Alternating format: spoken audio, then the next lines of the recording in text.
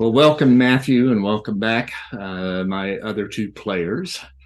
Uh, just as a little recap here, last session, our heroes were called upon by the U.S. government to track down items of supernatural origin with the intent to keep them out of the hands of Adolf Hitler.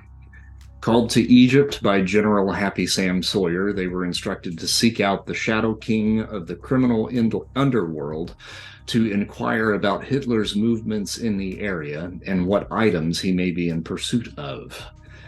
The Shadow King, Amahl Farouk, made a bargain with the heroes, and if they were to return to him with the Opal of Ozymandias, he could use the stone to predict Hitler's movements.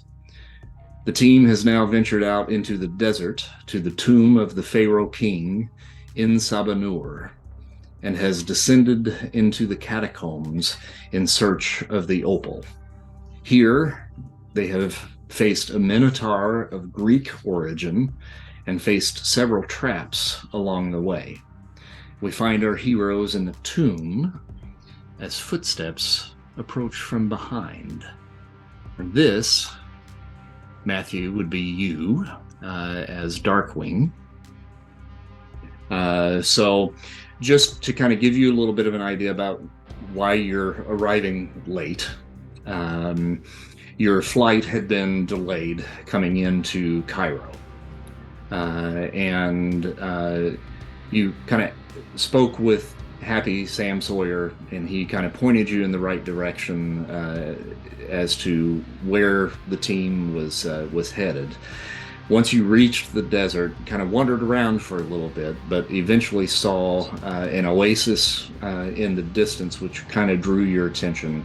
And waiting outside that oasis was a Egyptian by the name of Ahmed Al-Jabbar.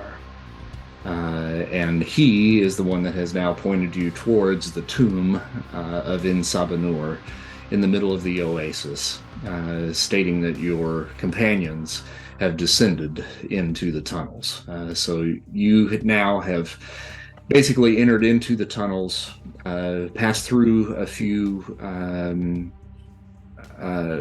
chambers here and there. One particular chamber had a treasure chest in it that looked like it had been opened, and not too far from there is a blood trail that you have noticed as well. So it looks as though some sort of confrontation has happened here, but no body to be found.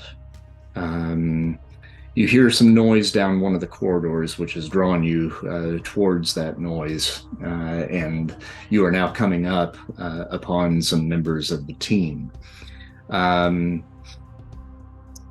So I'll kind of pass things over to you and the other gentlemen that are here at this point. Am I supposed to be seeing a map? Oh, I'm sorry. I will pull that up right now for you. I will pull that up. Get you inside here. While you're pulling that up, the some tip my brain. The General Sam who Sam sent Sawyer. us here, Sam Sawyer.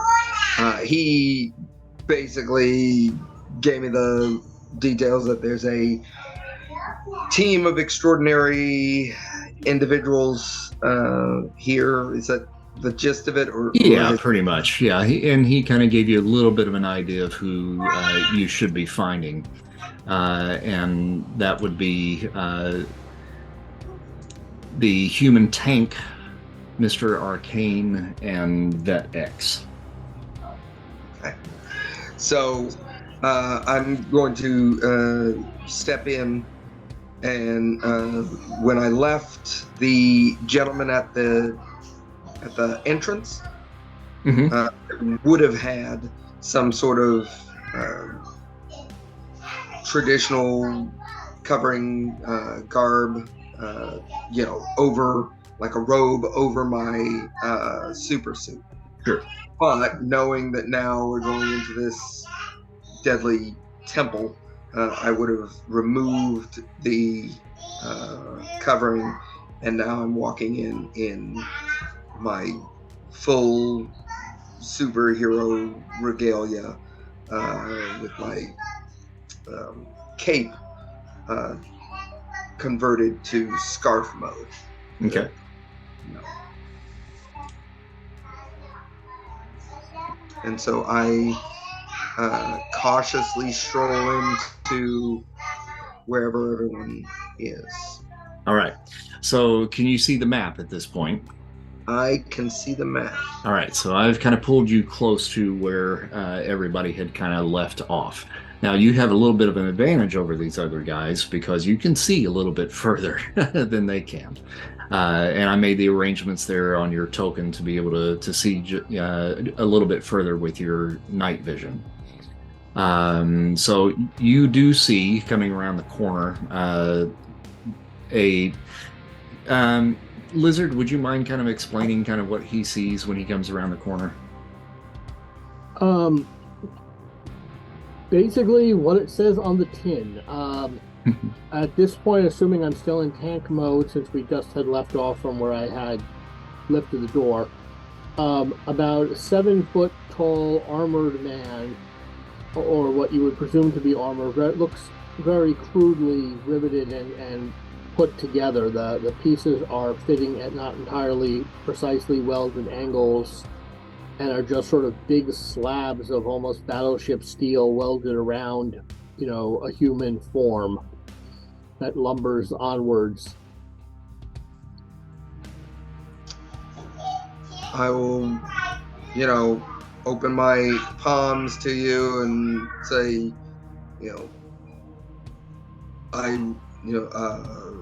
salam and good day or whatever. But then I'll say, am I to presume you are a human tank? Because that's yeah, his name, right? I'm naming. I kind of figured, Yes. There's that guy in New York who's the Human Torch, so I could be the human tank, right? Makes sense. Guys, we got some company here. Well, I hear his voice, right? Yep. And I know that not being voice, summoned. right? Yeah, you recognize that voice, yeah. I'm like, so does Mr. Arcane know Darkwing's real name or just his persona? So we are agents of the government right now. So I would assume you know my my code name. Hold on. I'm sorry. That's okay. It's all right. It's all right. So I don't know that General Sawyer told us everybody else's information, did he? No, but if the two of you had a little bit of camaraderie at some point, you probably have seen him at least dressed in this in this garb. You definitely recognize the voice in his working clothes. Oh, so so Mr. Arcane steps around the corner and he says, "Oh, I recognize that voice. That's Darkwing."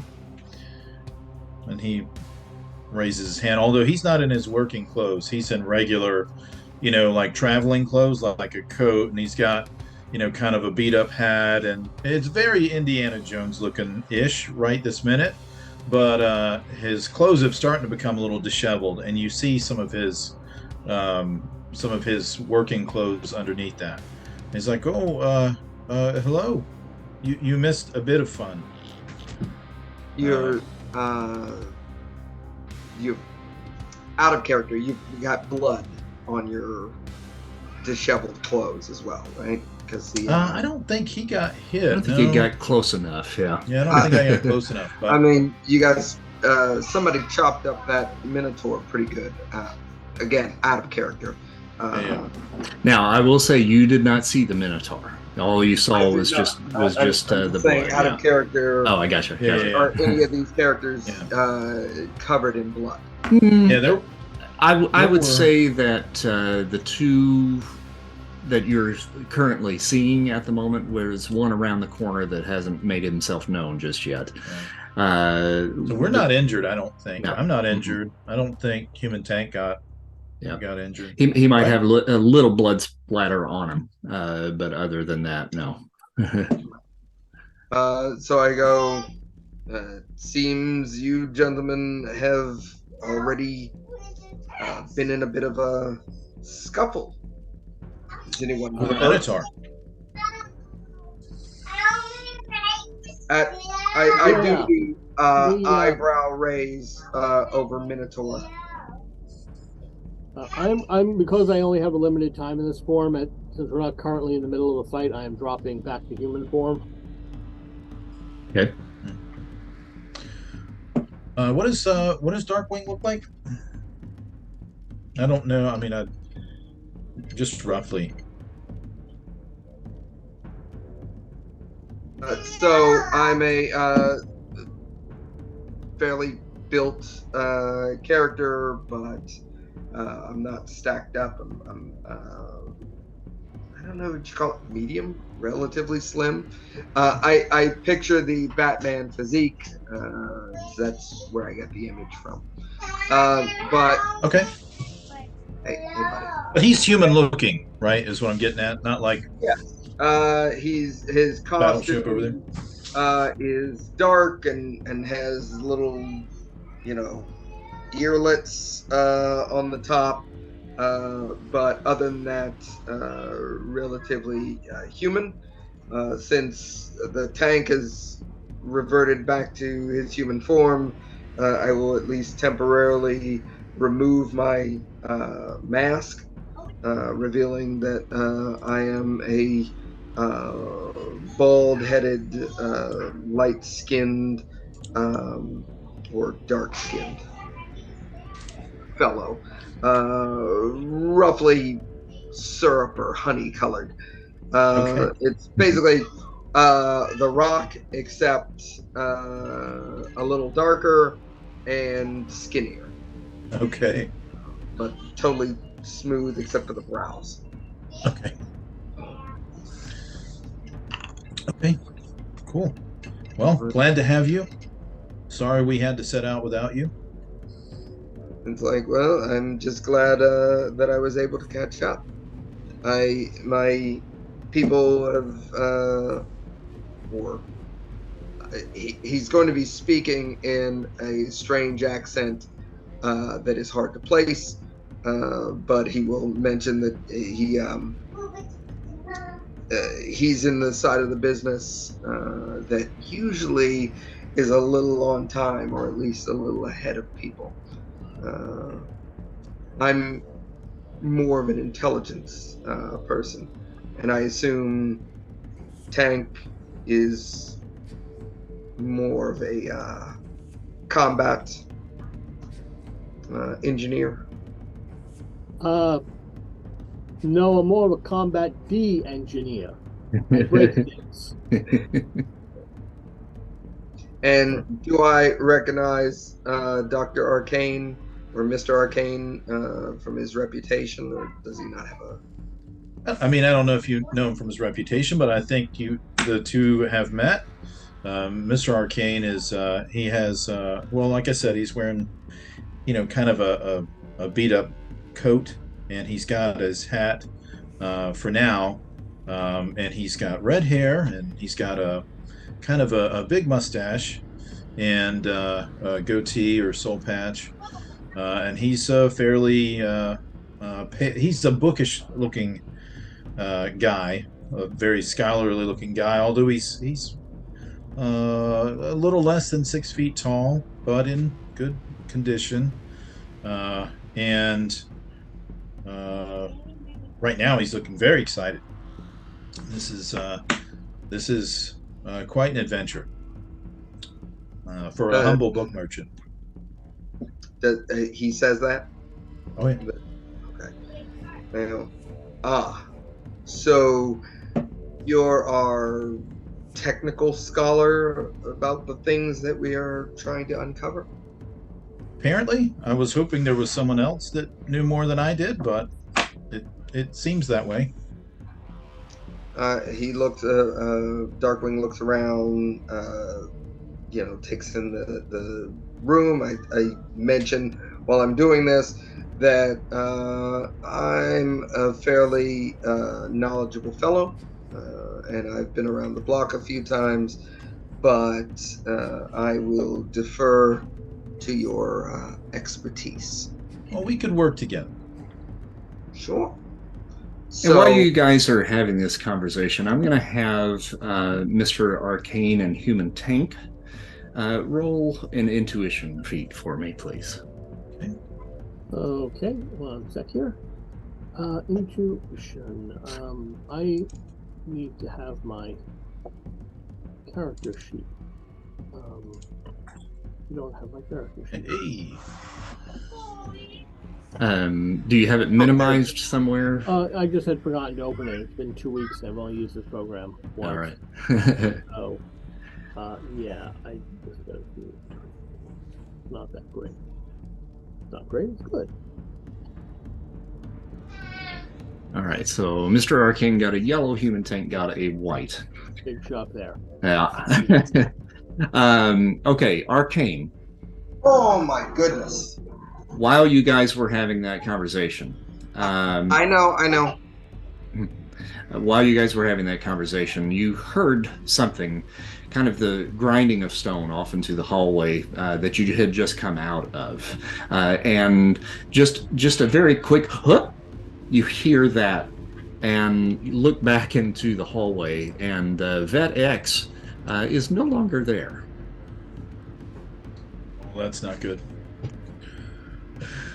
Well, I'll move to near where he was, not the same spot, because I'm worried about traps, because we've seen traps. So I'm like, where'd he go? And I rush over there. Shit. Tank on! I'm gonna move forward as where he was as cautiously as I can be. Well, let's face it, there's no cautious when you're 7 feet tall and fighting metal. So I'm just going to stomp forward back to where I last saw him. Gotcha. You guys walk back into that hallway, and to your eye, just kind of doing a cursory glance around, he just kind of disappeared. He was standing there when you guys walked out. You started the conversation. It's such close quarters in here. He just actually couldn't even get into the room.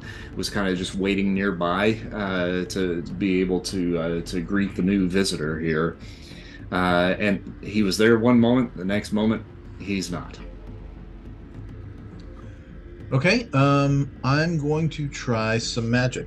Okay. I'm going to try, let's see. And we're talking about the Minotaur at this point? No, this was VetX, our other player that unfortunately could not be here with us tonight. I only see me and Mr. Arcane on the map. Yeah, you're just around the corner. If you come down sight. and over this way, yeah, it's just line of sight. Mm-hmm. Well, I'm running back to where I last saw VetX, so that's why I'm up. Gotcha, yeah. Okay, I will try life detection. I'm going to try Rocket. life detection. And I think I can look for him specifically. Okay. If I'm understanding the power correctly. So. Yep.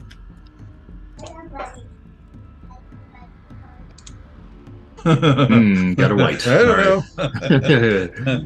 I don't know. All right, so yeah, you try to hone in on him, and maybe it's just because you haven't been around him enough to really be able to sense really his presence just yet. Perhaps it takes a little bit longer for you to kind of get to know someone before you can actually feel them in a space. But you've lost him. I'm sorry, I don't know where he is. He's clearly trying to work some magic, and he says he starts to feel along the wall. So I'll try and I'm going to for kind of slam the walls in a couple of spots to see if there's a a trap door or something. Trap door on the wall or in the floor, just kind of stamping with my strength. I should be able to kick up at least an inch or two of steel each time, or stone rather, each time I pound on it, just to verify there's nothing back there. Gotcha. Then both of you guys can make another intuition feat for me, please. As Darkwing is sort of moving up behind them. I'm sorry, I rolled on incredible. I meant to roll on good. No problem. Go ahead and make another roll. Yeah, well, doesn't really matter. My thumb wow. Okay, Rocket. Fine. There we go. All right. So Tank has been kind of tapping on the walls with his big fists and kind of breaking some chunks away here and there. And those walls are pretty solid. But Mr. Arcane kind of draws his attention more towards the floor area. And you do see an ever so slight, maybe quarter-inch opening around one of those squares there in the floor. And to your eye, it does, and actually you kind of get down close to the floor, you can feel air coming up through that area. But if you check the tile itself and put pressure on it, and I think Human Tank actually has already walked over that area, it does not give to you right now. But your summation is that this particular trap was designed to separate any infiltrators, and so he likely is somewhere else in this tomb, you would assume. Okay. Assume in the tomb. Okay. Well, I think we've figured out what happened to him, and I point to the tile at the trapdoor. I know that he has his jetpack. I wonder if he can operate it in this area. I could project after him to make sure he's okay, but I can't bring my body with me. That's a neat trick. Well, we are all many things. Yes? We are physical, we are spiritual. Is that like, the Father, the Son, and the Holy Ghost? That's not us. That's just him. Perhaps. That's not my area. You'd have to ask someone else. I'd love to sit around and chat with you about the metaphysical intricacies of the nailed god. But are we talking about the missing agent, Vet X? Yeah. Yes. Yeah, he was right here. Having fallen through the floor.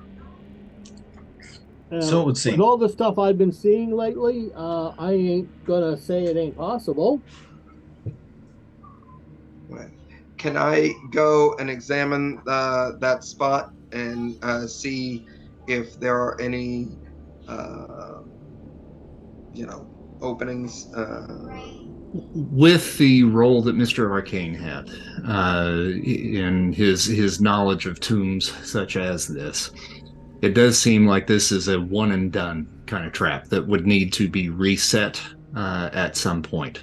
So trying to reopen it, aside from just busting through the floor, you would have to be on the other side probably to reset this particular trap.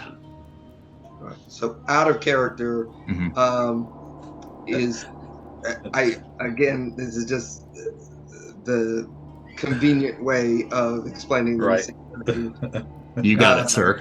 So our characters can put their brains on hold and go on with the mission? Yes, yes, you bet. Right, because I will continue beating away at this floor. Right. Right.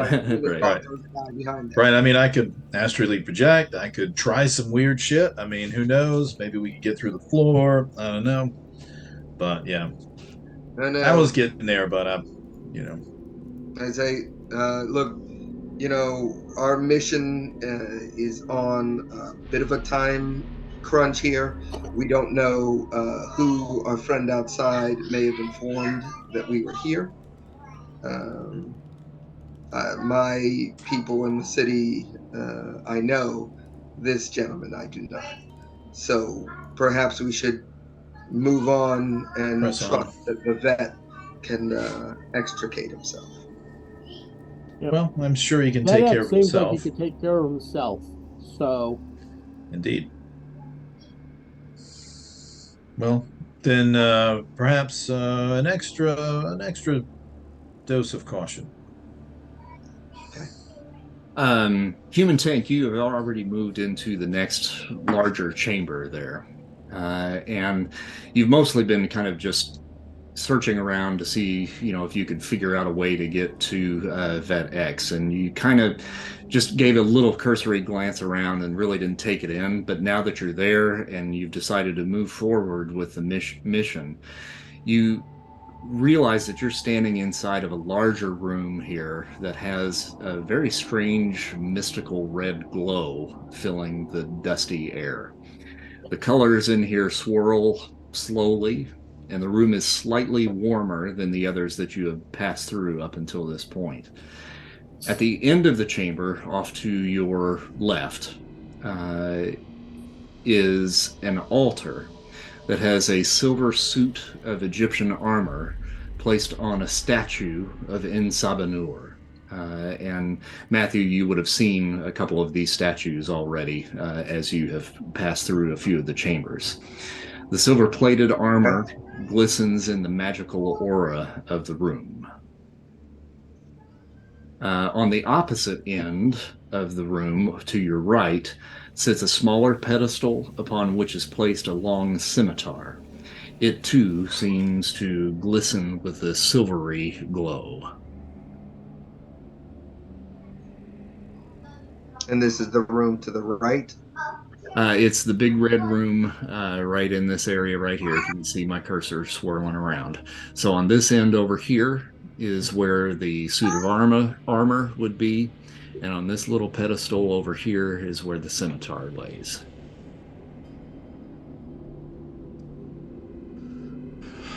So just as a reminder here, again, we're here to find a jewel, right? Mm-hmm. The Opal of Ozymandias. Okay. Not armor, not weapons, not anything. Well, none of those look like the other artifacts we're looking for, right? There's no spear over there. Right. The spear of destiny is not laying about over there. yeah, but there might be some other stuff here that Adolf wants. Okay. Does any of this look magic? I don't know what's magic or not. I mean, it looks impressive. I can try and estimate. Would those be? Let's see here. So, I have Scholar of Antiquities and Occult Lore. Would either of those give me an advantage on trying to?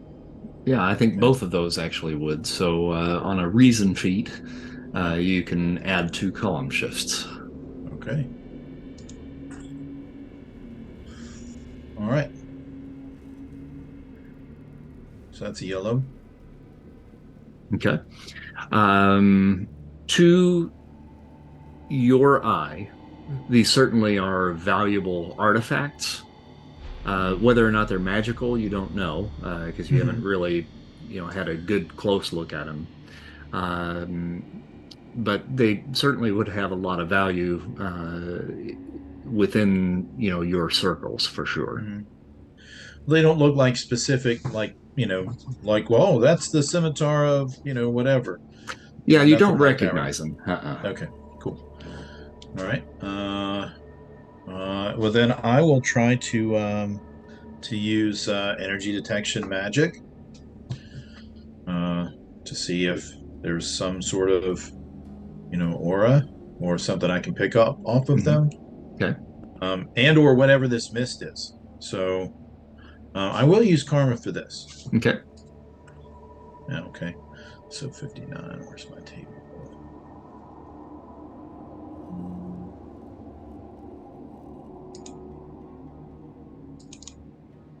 Okay, 59. Remarkable. Yeah, I'll go ahead and bump that up to a yellow. Okay. Yeah. All right. Yeah. I mean, that's I'll spend the 10. Okay. Just 10, so that'll get me to yellow. So the items themselves do not appear to be giving off any sort of mystical aura. Okay. This light that is lighting the room, however, does seem to be arcane in nature. Okay. And as you're kind of taking that in, it gets kind of quiet in the room. And if you'll recall, when you guys were looking at the tomb, you had heard what sounded like a drum beat. Yes. As the silence kind of falls in the room as you're analyzing these two items, you begin to hear that drum beating yet again. And everybody in the room at this point, I would like to have you roll an endurance feat, please. Okay. I will. You know what? I'll use karma for that too. Okay. And now we got karma at the end of the last session, right?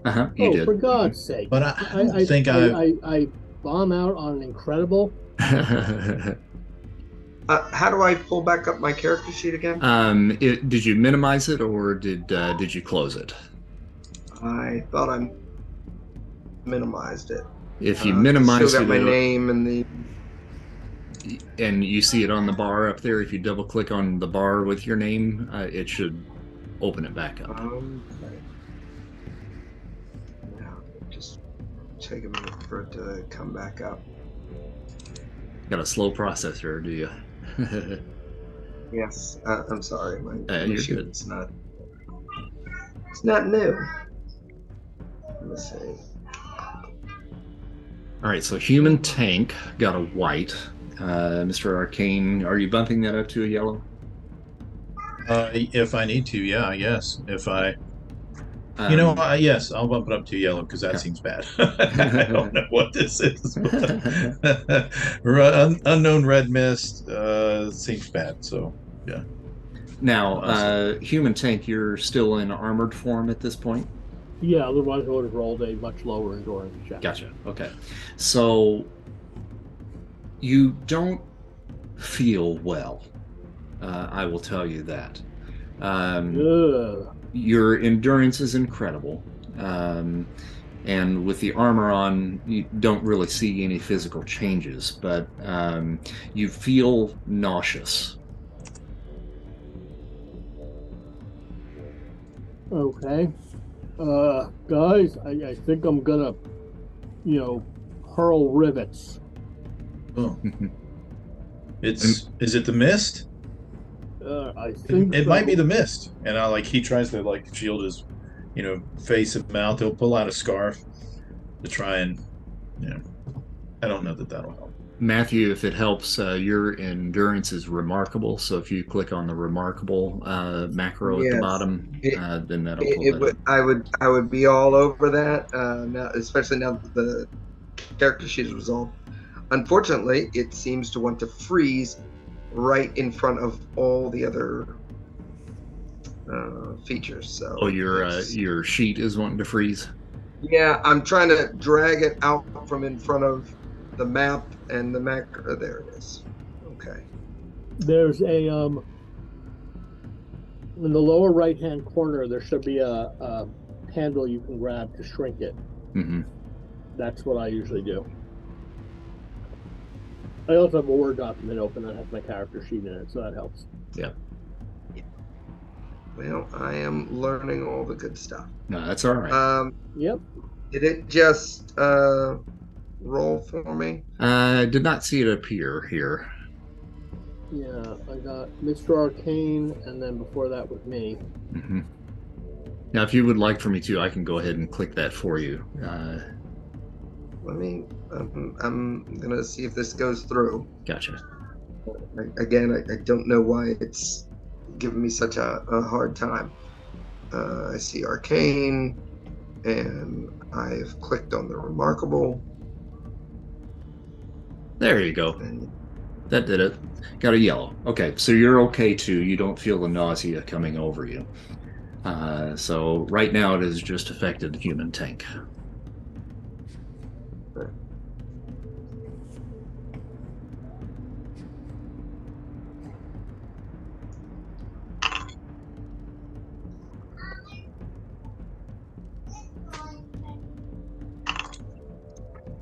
So what would you guys like to do at this point? Well, do I think it's? I mean, do I think it's from the mist? I mean, it seems to be from the mist, right? You know for sure that the mist is arcane in nature. So that certainly could be an assumption, yes. Okay. Okay. Well, I'll say, does anyone want that scimitar for any reason, or I'm not. I don't. Did I ever tell if it was magical or no? No, not magical. Okay. Then I say we press on. Yes, I agree. These artifacts are lovely, but we are not here to collect for a museum or anything. Not exactly. Not here to. If it ain't magic, then we don't need to keep it from Adolf. If he wants a pig sticker, I really don't care that much. Pig sticker. All right. All right. So, who's taking the lead? Well, I guess me. I don't know. I moved on to the other side of the room because I'm trying to get out of that. I think the mist is what's doing it. Okay, and I'm going to follow and try not to hurl over any things that rivets. All right, as you guys move into that next hallway, at the end of the hall, you see something appear in front of you. And it's very odd to see what you see, and you kind of have to squint because it's a little dark at the end of the tunnel there. But you see what appears to be a Japanese geisha holding an umbrella. Okay. And her face is painted white, and she looks upon you and opens her mouth as if to speak. But her mouth drops down and the jaw opens up well beyond what a human jaw should, almost like a jaw of a snake. And from out of her mouth begin to pour beetles. And they begin to fill the hallway in front of you. Oh. Oh no. And we're going to make a little roll for her. Oh, okay. All right. And the beetles crawl down towards you and begin to crawl up your legs. They don't seem to be doing any damage right now, but it's certainly very creepy. As that happens, she ducks around the corner and you lose sight of her. Okay. I will be bashing them off of me like this, stomping on the ground where they are. All right. You make a fighting feat for that if you so desire. Can we take action now? Yeah. Mm-hmm. Oh, I start flying, well, hovering, to get off the ground. Okay. And I'll kind of hover up and kind of fold my legs up under me. Mm-hmm. And, finally, I actually hit knocking the bugs off. The beetle. All right, new human tank begin to kind of stomp around a little bit, and you're able to crush the beetles and brush them off of you before they take hold. Watch out, Darkwing. What do you do? I want to burst into the cloud of bats, the flock of bats, and reform on the ceiling. I don't know that I have a spider climb ability. Okay. Can I hang from the ceiling? I think with you've got claws, yes. Yes. Yeah, I would So- say, you could find purchase up there. Okay, that's what I'm going to do. One quick burst and reform on the ceiling. All right. Hopefully that shakes the beetles loose. Yes, it certainly does. And Mr. Arcane, as you come up, you're kind of brushing off as well, and the beetles don't take purchase, but they certainly have filled that hallway, and Tank is doing his best to smush as many of them as possible. And as he does, they begin to kind of scurry off into cracks and crevices and disappear. But that certainly was a rather unnerving sight. She's still here, though, right? Seems to be. Well, she went around the she corner. ducked around the right? corner. Yeah, to the right. Did she have any metal items on her that I could see? I mean, like, was she wearing, like, I don't know, like any kind of metal weapon or? No weapons. The only thing that she had in her hand was that umbrella. Oh, right, yes, umbrella. Probably mostly wooden. Right? Mostly wood. Yeah. Mm-hmm. Okay. And I'll say, come back. And I'll hover ahead. All right. Do you go around the corner? No. Okay. All right. He's no soldier, but he's not a dummy. All right. So you're there at the corner. You don't hear. Well, make an intuition for me. Okay. Nothing. Don't hear anything. He's too busy, either. like making sure he's not got Right. bugs behind his ear. Still feels like they're on you, even though they're not.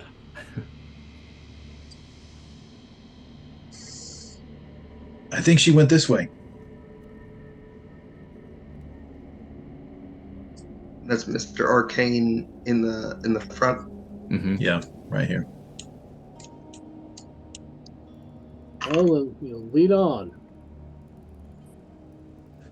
What are we actually doing for light? Do we have flashlights or torches or anything? There's enough ambient light coming from the torches that are in the tunnels here that you can see about as far as what you can, since your sight range there is what you can see. That is perfectly cool. Got it. Okay. So he won't move around the corner, but he'll peek around the corner. Like, all right. Hey. I give it a little peek. There doesn't seem to be anything down that hallway where she went. You do see, some torch light coming from this area over in here. Okay. How about the sound? Like the scuttling sound or the drumming sound? The drumming sound, yeah. Mm-hmm. Yeah, is that still going? Faintly, you can hear it coming through the tunnels still, yes. Do I have any sense of which direction that is? Everywhere. Or is it just kind of reverberating through the whole? Yeah, like... it's kind of coming from everywhere. It's hard to pinpoint. It's not ominous. Okay, well, then I'll step out into the corridor to see if I can get a view of this woman. Mm-hmm. Now, you do see when you step out into that corridor, there are two entrances just off to your right. Okay. Oh, right here. Yep. Mm-hmm. Yeah. Well, I don't see her, but there's a bunch of corridors down here. Yeah, and it does look like there's one off to the left there as well. Okay, up there. Mm-hmm. Okay. Fine, I'll go there. All right. So in the chamber to your right, it's a little bit of a larger room, and inside here doesn't seem to be too much of interest. There's maybe the remnants of maybe some old scrolls that unfortunately have deteriorated to a point where they can no longer really be read. Some more hieroglyphs on the wall, again, kind of touting the theme of apocalypse. Okay. Well, not here. I'll move up here. All right. Yeah, I'm going to drop back down into human form for right now. Mm-hmm. Don't want to overstay my You're welcome.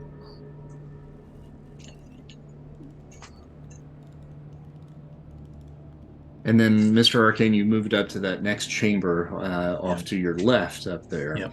And this is another little small room, and it is completely empty, devoid of any artifacts. Again, hieroglyphs are pretty prevalent throughout the entire tomb. But this room is pretty much completely empty. Well, still no bug woman. Still no bug woman. Move up here. Okay.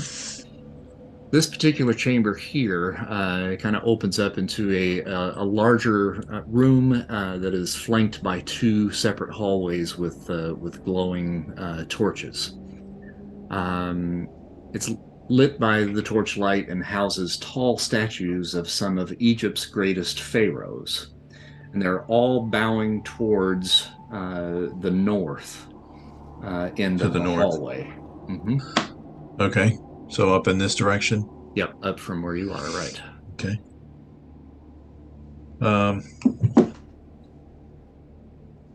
Some other statuary?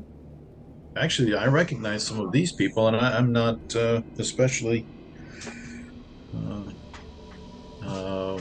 up on my Egyptology. I suppose I should have studied. Bless you. Must have been the mist. Well, I suppose be cautious, because all of the traps. So I'll is this like a hard corner? Like, can I see? Let's see what. Like, what is this, like a pedestal? I guess a statue. With those are some of the statues there. Yes. Okay, so I can see kind of behind them and through them and all that. Mm-hmm. Right. Okay. All right. Well, I'll step out here. Okay. Once you step into that corner, you actually take a look down where the statues are kneeling towards, and you see that there is a large kind of pyramid at the end of that hallway. And standing in front of it is a man dressed in purple and red and green robes. He appears to be potentially Arabic in nature, bald, and has tattoos on his face. He holds a scimitar, and as you turn and see him, he holds it up and points in your direction and smiles. Oh, that's not good. Is this the guy we were chasing? The guy who lives in this little nomad, the hermit. As I recall, he's a hermit, right? We don't. Yeah. Do we know his name? I didn't think they just said the hermit who guards the tomb. Right. Right. I have notes. Are you the hermit? It says. You don't look very hermit-like. I am no hermit, but you do not belong here. That is true. And he waves the scimitar in your direction in a circular pattern. And I'm going to have you, since you're the one actually in the hallway right now, you're going to roll endurance for me, please. Oh, good. Yeah, good. Okay. And you got a green. That's a green. Let's see what he gets. He also got a green. It's good you got a green. Okay. You feel a whole bunch of notes last time, and now I can't find them. Uh-oh. You feel a little bit of a tickle in your throat, and kind of clear your throat. But he has worked some sort of perhaps spell or power of some sort on you.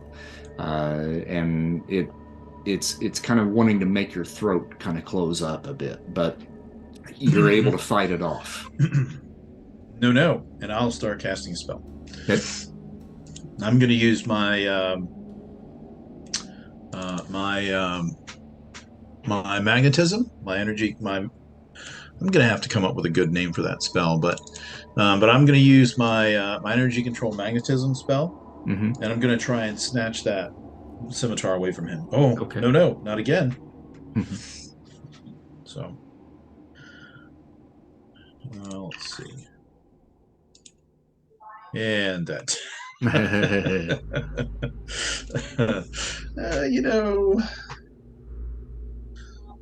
Maybe it's not quite got enough. All right.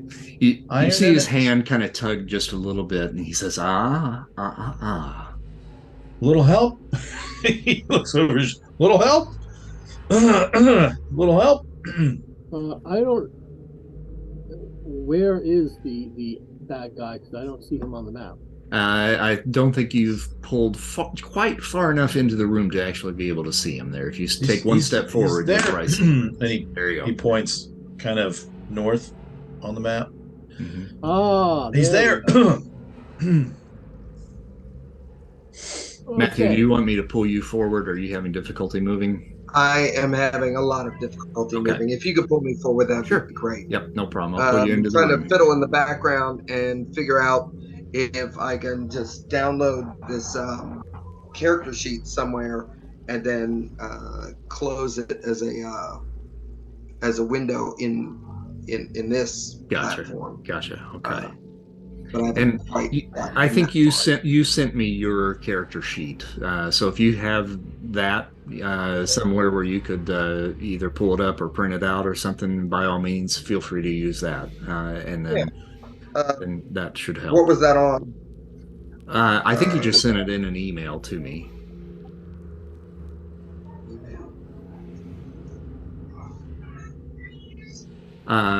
So at this point, what do we as a group want to do? I'm going to do what I do best: hit things. All right. I'm going to run and transform combat as I'm running to smash into them.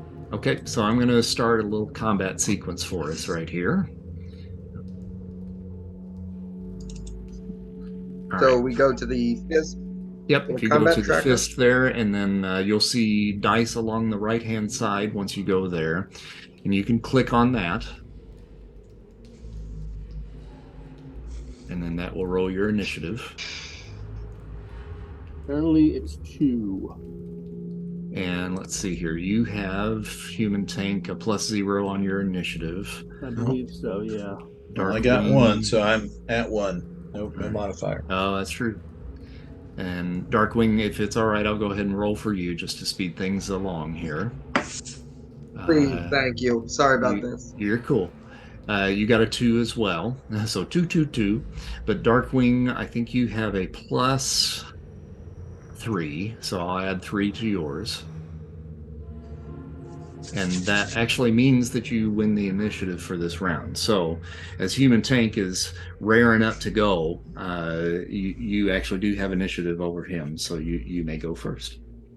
No. It's supposed to be kind of slow moving, so makes sense.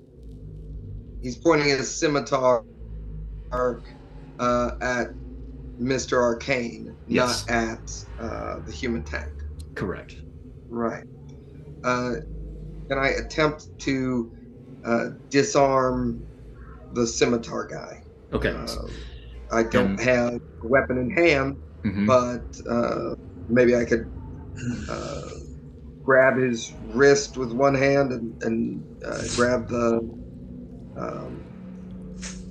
dull part of the sword with the other. Okay, sure. So that'll be a fighting feat. You certainly need to move close to him to be able to do that. And you have a range of 3 areas that you would be able to run to get there, which he is within that 3-area range. He's actually just outside of 2 areas. Each square on the map, or I should say every 5 squares, equal 1 area. So he's just beyond 2 areas for you, but you can still reach him. Here's what happens, though. You reach this point and immediately come into contact with a solid object. It's completely invisible, but impenetrable. And that's my action. Yeah. So whoever's initiative's next. All right, Human Tank. Okay. Sorry, I'm still trying to find those notes I took, because I took a lot of them. While you're looking for that, can I just say, I hit that wall going pretty much full speed. So what I So, ultimately want to do you know, here is, I guess there's a charge or a slam maneuver that I can try. Yep, that would be endurance. Okay. Thought there were special rules for a charge. I just wanted to bring up the Yeah, and with each area that you pass through, that gives you a column shift, up to 3 column shifts. Okay. So my fighting is normally excellent, so that would kick it up. How many areas since we Actually, it'll be on endurance. Okay. Well, that's also pretty good. Mm-hmm. So your endurance is incredible, so that would take you up to monstrous. Why didn't Ooh. an attempted token movement collides with one wall? What wall am I colliding? Yeah, right there. That's the invisible wall. Oh. Well then, this is going to be a monstrous attack on an invisible wall. All right. All right, so that's a yellow. Yellow. Okay. We're going to see if that wall holds up because you are right at the limit of potentially being able to break through that. Oh man. So the wall holds. You hit it and you feel it give, but it still holds. And when he hits that, you actually see a shimmer at this point. Those of you that are behind him or next to him, you see that wall kind of shimmer in kind of a sparkling bluish tint. You don't take any damage from that human tank. Ugh. But it pisses you off. Yeah, and confuses me. So now we go back to Sanjar, and he laughs, and he swipes the scimitar in the air once again. You come over here and say that. And he got a white. Boy, I'm rolling terrible here tonight, guys. So good for you. He swipes and he says, "If you know what is good for you, you will leave this place. If you value your lives, leave now." Yeah, well, I always been told I don't know what's good for me. And then we go to Mr. Arcane. Okay, so there is a barrier between us. There is indeed. And okay. Hang on, I think I have something for this.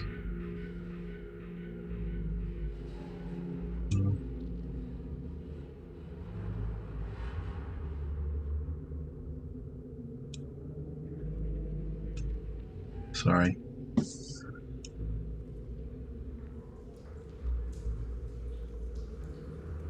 Okay. Okay.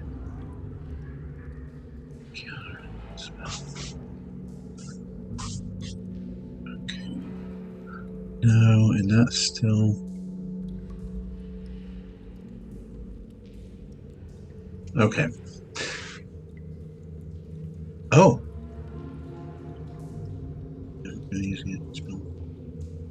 Counterspell. Okay. All right. So I'm gonna try something. So gently firmly park crowds. Oh. Okay. No, that doesn't work. All right. Well.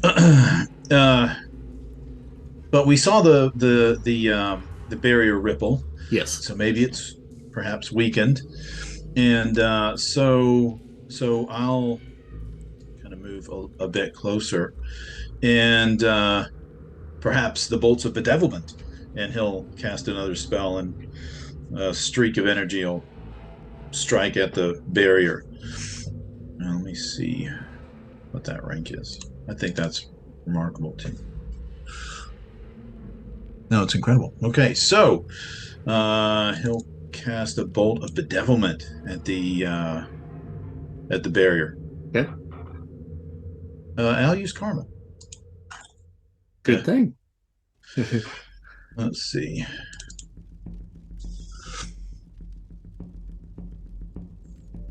Geez, that would be like 20. I mean, yeah, okay, sure. I'll spend to get a green. All right. Oh, well, look at that. All right. Now, what does the bolt of bedevilment do? Is it basically just a magical energy attack? Yeah, it's just a bolt of energy. I was looking at trying to do like calling the Vishanti and do that, but I don't know if I want. You can only do it so many times before you start like attracting attention, and I don't know if I'm ready for that right now. So yeah, it's just basically just a bolt of magical energy. Okay. So, what color is it? It's green. Okay. It's green, and it's kind of you kind of hear the roar of a tiger, and as it streaks by you and impacts into the barrier. All right. So you hit the barrier with the bolt of bedevilment, and the green of your bolt mixes with the blue shimmer of that wall, and it just bursts like a balloon. And to your perception, it seems as though you may have actually taken that wall down. Oh. Let me see if I can actually delete it. I can. There you are. All right, so now you should be able to move freely into that chamber should you desire. The way should be clear. All right, so then we roll back around to the top. Now, one thing that we did not discuss, there is the possibility of doing multiple actions in this game. Depending on your fighting, that will tell you how many actions potentially you could get. Human tank, you have an excellent fighting. Plus you have a martial arts B, which takes you up one rank. So for you to get one extra action, you would need to roll a green. If you want 2 extra actions, you would need to roll a red. If you fail and get a white, then any action that you take that round is actually at a -3 column shift. So there's a risk involved. Most of my players have a tendency, whenever they roll for multiple actions, they call karma, just so they can at least get it to a green. Just a heads up on that. So for Dark Wing, you have incredible fighting. Again, you need a green to get 1 extra action, but you just need a yellow to get 2. And for Mr. Arcane, you're excellent. So again, for you, it would be a green for 1, and it would be oh no, I'm sorry, because you don't have the additional martial arts there. So actually, you need a yellow for 1 extra action. So you would not be able to get 2 extra actions. Now, I do have a caveat on extra actions for magic users. And that is, you may cast, if you get 2 actions, you can cast 1 spell, but the other has to be a power or a physical action of some sort. Okay? Yep. And if you choose to dodge at any point, that eats up, and this goes for everybody, a dodge would eat up one of your multiple actions. Okay? So if we succeed at a roll to get multiple actions, then we could say right off the bat, I'm going to bank one of those for dodge. Well, you don't even have to bank it for a dodge. You can do it in the middle of combat if the opportunity arises for you to say, hey, I'm going to burn 1 to dodge. You may do that. You don't have to state that ahead of time. But if you are wanting extra actions, you do need to roll that before anything else. So, whose turn is it? It is your turn, Darkwing. Okay. So, you know, this is my first game session. Do I already have any karma? You do. You have, I think, 150 to start. I've started everybody else out at the same level, and yes, 150. And so we spend the karma to move ourselves a column shift, Mm-hmm. or to It would bring you up to the next color level on the universal table. So if you roll a green, you can bump it up to a yellow. If you roll a yellow, you can bump it up to a red. And if it's a white, you can roll it up to a green. And that costs what, 10 karma? Well, you always have to spend 10 karma anytime you call karma. Okay. And then you would then spend enough karma to get you up to that next level. So let's say if you were rolling on the excellent column and you rolled a 30, you would have to get it up to a 46. So you would have to spend 16 karma points. Okay. So I'm going to spend karma on this roll, and I'm going to roll my fighting, which I believe is incredible. And this will be to get the extra actions. With the extra actions. Mm-hmm. Did it go? Yep, it did. And you got a white, a very, very low white. So it was a 2. And you said on the incredible, you got to get a 31 to get it to green. Okay. So you have to spend 29. 29 karma. Mm-hmm. Okay. And I'll let you kind of keep track of that. I won't be marking that on your sheet. So just subtract 29 from your 150. All right, so you have one extra action. Okay. And I am going to once again try to get through this barrier and move adjacent to him. Mm-hmm. And then, attempt to disarm that sword. So okay. I'll move you towards him. The barrier is down, so you have no issues getting through the barrier at this time. So then you try to stand just to his left. Yep. And then you'll roll fighting then once again to make the attack. And so I'm going to roll that, and I am going to spend karma. Yep. Can I spend karma on multiple actions? Yep, you certainly can. Okay. So there's my roll. Oh man, you're rolling terrible.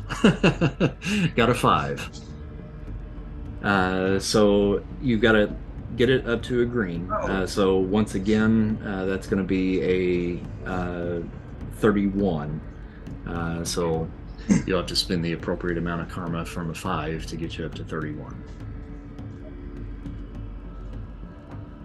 Okay. 26. Okay, well, it's the way the system works. But having gotten it to that green, then what happens? All right, so here's what happens. He's going to roll to try to resist that. So he's going to roll his fighting. He also got a green. Okay. So you have been able to at least get a hold of his hand to subdue the weapon, but you have not pulled it from him at this point. Okay. And I think we move to human tank. All right. I really don't need to take multiple actions. I am just going to, we're in the same area, so really it's not really moving because it's habit from other games. And just, going to, tank him. Tank smash. It's a martial arts D that kicks me up to remarkable. Yep. And I'm going to pay some karma because I just have not been doing well at all. And watch him roll a red. You got a yellow. There you go. Okay, so how much karma would it take to bring that up to a red? Okay, so you're on the remarkable. To get it to a red would be a 95. So 30 karma, huh? Mm-hmm. Now you can choose to just do the 10 if you want. Taking it up to a red would be a potential stun. A yellow is a slam.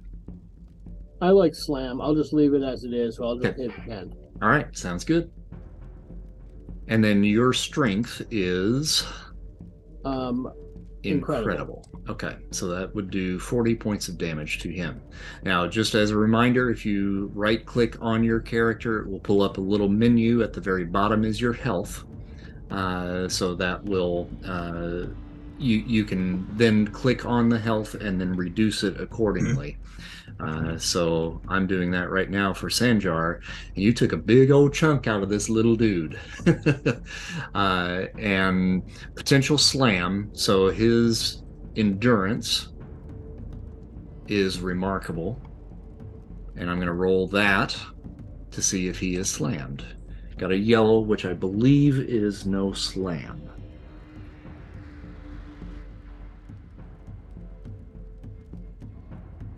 It's a stagger, okay? So essentially what that does is it will reduce his initiative next round to a 1.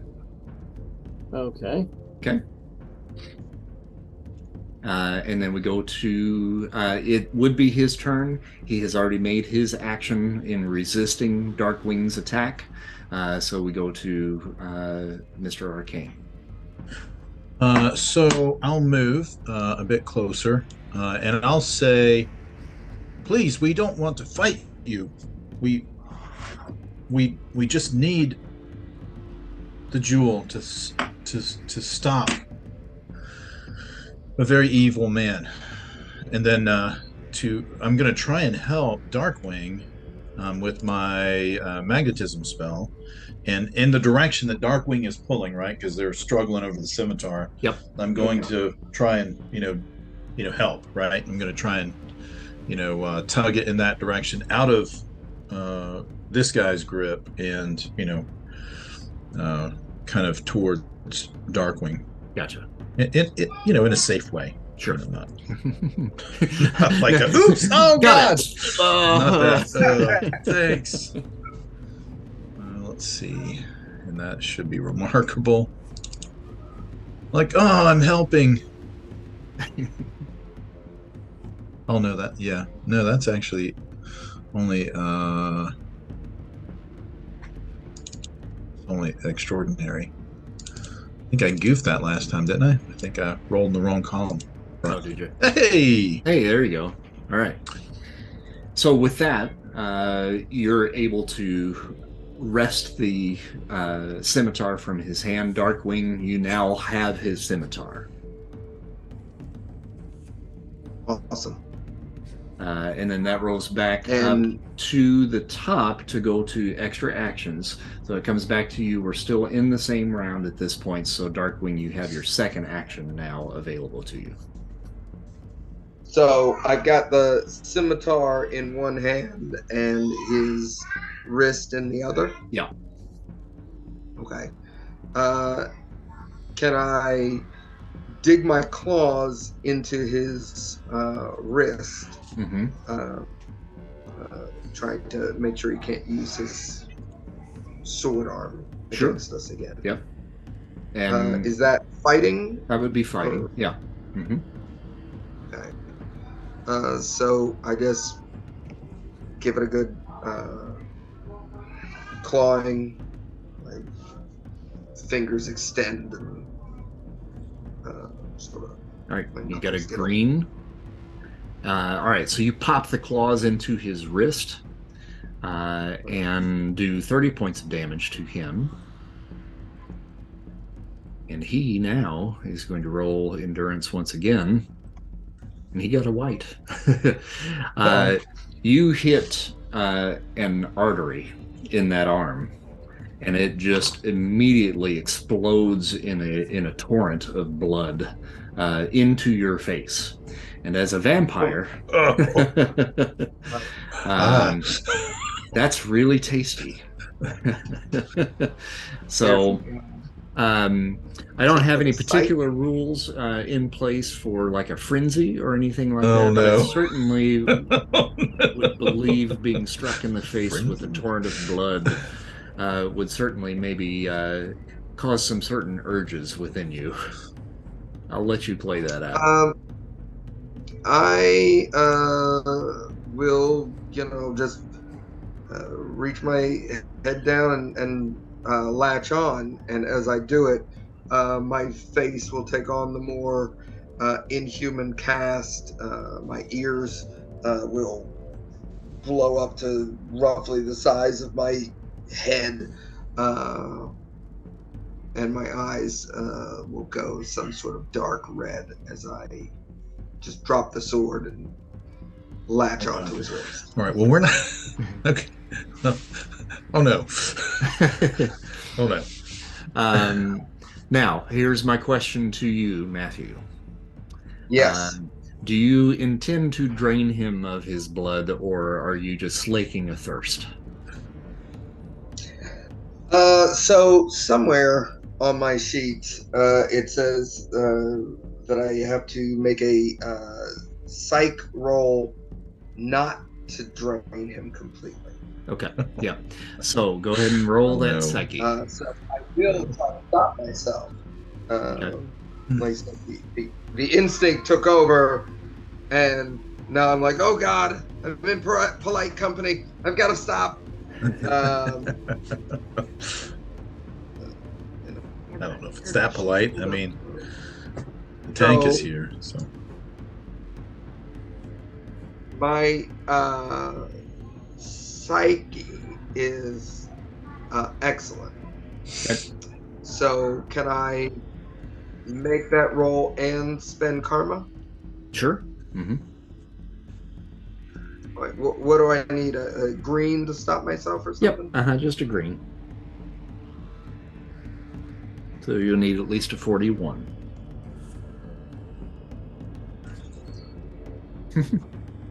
It looks like you're spending 21 karma if you want to do that. Oh, I will. My karma's going fast. It is. I don't remember you guys spending this much karma in the first episode. Nope. Is this unusual? I spent some. I for sure spent some, but now, so, I mean, conversely, you could choose to only spend the 10 and be like, nah, that's too costly. I'm just gonna. I mean, obviously this guy's gonna. I mean, he's gonna run out of blood soon, but Yeah. I mean, you don't have to spend. But, you have to spend Yeah. at least 10, but you don't have to spend more than 10. Mhm. Yeah, you don't have to. I'm going to spend it because I want to try to keep this guy alive Mhm. so we can get answers out of him. So if I stop myself now and he stops fighting, Mhm. we can potentially find his wrist or whatever so he doesn't bleed out. Yes. Well, I mean, when it's. Are we still in initiative, or You at this point, battle certainly is over because he ain't fighting. Well, I mean, I'll move up to try and hey, stop. We don't have to do this, right? And I'll try to I'm not gonna I'm not gonna hurt him, but I'm gonna try and give Darkwing a shove, hey man, stop. Okay. And you can tell, while that's going on, Human Tank, you can tell that Sanjar Javid here, even though you don't know his name particularly, is certainly not doing well. And the rules of Marvel are right now, with the endurance roll that Sanjar rolled, he is currently dying, and he will start to lose endurance ranks here over the next couple of rounds. And with the typical endurance, he will only last about 2 rounds. Within the rules of Marvel, pretty much you have to state that you are going to attempt to help this individual if you wish to prevent him from dying. And you don't need first aid or anything like that. First aid certainly helps in the role, but essentially you have to pat him on his head and say, "You're going to be okay." Well, And I'm going to pat him on his head and said, "You're coming with us. We got a guy that wants to ask you some questions, and he ain't got no Ouija board." all right, so I mean, technically, I in, could ask him in after the assisting fact. him, you do keep him from dying. He certainly has passed out due to the loss of blood and the pain at this point. I will. He's like dressed in like hermit robes and stuff. Well, maybe not This, hermit. I don't Uh, think this is the hermit. He he said he wasn't. Those are pretty fine silk robes that he's Well, wearing. whatever they are, I'm going to basically try to tie him up in them. Gotcha. All right. I have standard military equipment when I'm in my human form, so I figure I should have just a basic, army knife, survival knife type thing that I can use to cut some strips of cloth. I'm sure I was a Boy Scout at some point. Tie him up. All right. That sounds good. So now you guys are there with this passed out Arab, and at the base of a very large pyramid that has the visage of En Sabah Nur upon it. It would be very safe to assume that this very well may be the tomb that houses the individual that the tomb is dedicated to. Okay, and we're looking for the hermit who guards the tomb. Correct. Okay, and this seems We to were be the told tomb. that we were told that the hermit would help us, or why the hermit again? Well, the hermit is the possessor of the Opal of Ozymandias, and that is what you have been sent by the Shadow King to retrieve. Well, we don't know As that's his name. Darkwing, wipes his face and slings blood off his fingers. He pulls his mask up and rewraps his scarf and says, "Search him. Have you searched him? Does he have the opal or anything else on him?" I'm saying this to Tank, who's already tying him up. And Johnny, you said you are searching him, is that right? I can, yeah. I can. If he's busy binding him, I'll check his pockets and look. We just need the opal. We don't want to fight anyone. Right, that's right. I'm sorry. He is passed He's out, unconscious. So, I forgot. Yeah. But you kind of search through the robes that Human Tank is using to bind him with, and pat around a little bit. You find some coins and stuff like that, but unfortunately, no stone. Well, he doesn't seem to have it. Darkwing's going to move to the front of this hallway to the right. Okay. And just basically look straight down the hallway and see if I, see a hermit. All right, and that's over on this side right here where I'm at right now, right? Yeah. Okay. I'll move you up there. Can we cast Detect Hermit? Is that a thing? Detect Hermit. All right, so you peer down that hallway, and you see that there are several other doorways, entrances that kind of scatter the hallway to the right and left. From your vantage point, it's kind of difficult to really see exactly, where those lead. Well, so this seems to be the tomb. That's the tomb. Yes. Mm-hmm. Okay. So I want to move around the tomb and see if there's an entrance to it, or like an actual might he be inside of this structure? I think he was alive. Well, I mean, I'm back in my human form, by the way. Just gotcha. The hermit's supposed to be guarding the tomb, and this is specifically the tomb. This whole structure was, I don't know, whatever, the pre-tomb, whatever. Mm-hmm. But But maybe he's inside there. So I'm looking around. Okay. Looking around, you do see on the back side there an area where the tomb would have been sealed after depositing whatever body perhaps might be in there. Gotcha. And I'm going to just kind of give this to you. It is magically sealed. Gotcha. You can feel the magic coming off of this. Runes and hieroglyphs and whatever all around the no. Okay. Well, I'll come back. If he's in there, And he's beyond us. as you cross back, Darkwing will just sort of loop around the back of the room and stand at that other hallway and take a look down, see Okay. if I see or hear a hermit. Gotcha. You're moving that way. At the end of that hallway, you do see a very, and with your dark vision, you're more apt to see this than the other two. You do see a blue glow coming from the end of that hallway that kind of juts off a little bit to the left. This is the hallway that I was just standing at, or it's the one on the opposite side? The one on the opposite side, right? Mm-hmm. I moved you over there. I whisper, I've got a light. Oh. And then I turn around and I look at them and I go, gentlemen, there's a light down here.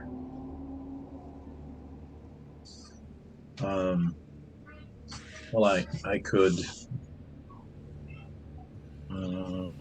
Well, I mean, we should investigate.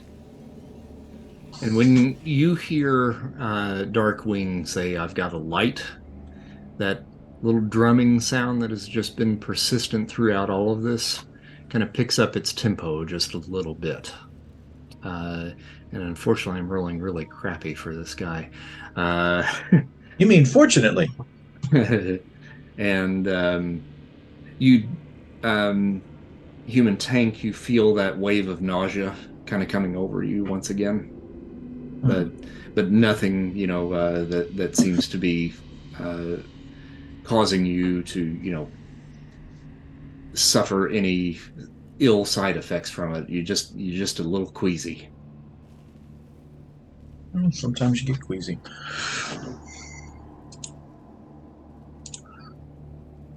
Do we get the sense that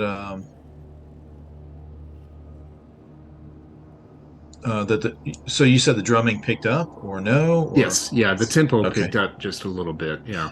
Okay. We all notice this, right? Yep. Mm-hmm. So it's not a magic drumming as far as we know. There's really drum noises. Really drum noises, yes. Mm-hmm. I have keen senses somewhere. Okay. Nope. I have the sense of smell and night vision. Yep. Right. Mm-hmm. Good hearing. Oh, but can I make some sort of regular roll to see if I can tell where the drumming's coming from? Now that you've moved into this portion of the chamber, before it felt like it was coming from everywhere. When you moved closer to this particular entrance that you're standing near right now, it would be safe to assume that it has certainly gotten stronger as you have now moved in that direction. So it feels as though you're moving towards it. So the tempo picked up and the volume picked up a little bit as well. Now, whether that's because he's hitting the drum harder or not, a little hard to tell, but your instinct is telling you that you're moving in the right direction. My character is a worldly guy. Can I identify, if it's a particular unique drum, like the Japanese drums that they do with that. Like a Tonto drum. Mhm. Yeah, either that or a heart or whatever is making the Yeah, thumping. you can make a reason feat, Okay, so reason and is you get a +1 column shift on that for your history talent. okay, so that turns good to excellent. And then hopefully that So rolls. yellow. This Okay. seems to be reminiscent of something that you have heard in your travels in America, and visiting old Civil War battlefields. And it almost sounds like a battle drum that would have been played at that time. So, not exactly a snare drum, but a smaller drum that someone would potentially wear on their side. Right. I tell the others that whoever's playing that drum is down this hall. Should we Then rush them or I call suppose out? we go. All right, Mr. Arcane, um, you're very good at a distance, it would seem. You pull up the rear, and I will take point. If that's Okay. all right with you. Certainly. Okay. So I am going to bound down the hallway Okay. and stop right at that intersection. All right, the very first intersection. Gotcha. Yes. I'll move you Jump there. right in. Myself. Okay.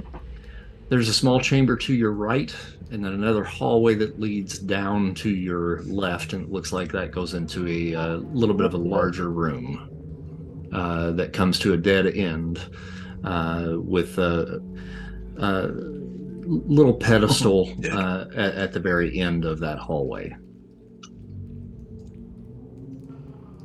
So dead end, pedestal, hallway to the left. Mm-hmm. Now, you haven't reached right. the area where you see the blue light just yet. That's further down the hallway.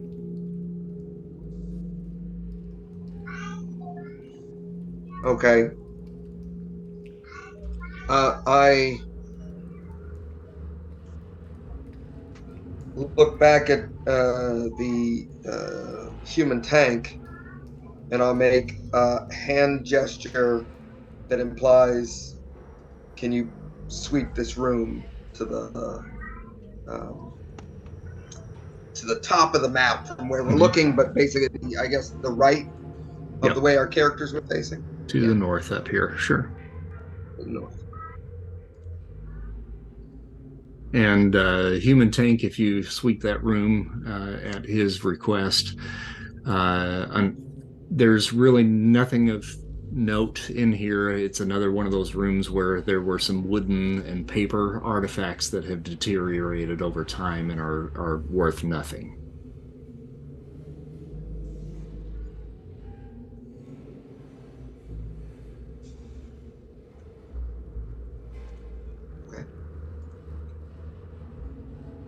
Basically, tank. Are you just saying we're clear or something? Lizard, are you still with us? Oh, yeah. Oh, there you are. Okay.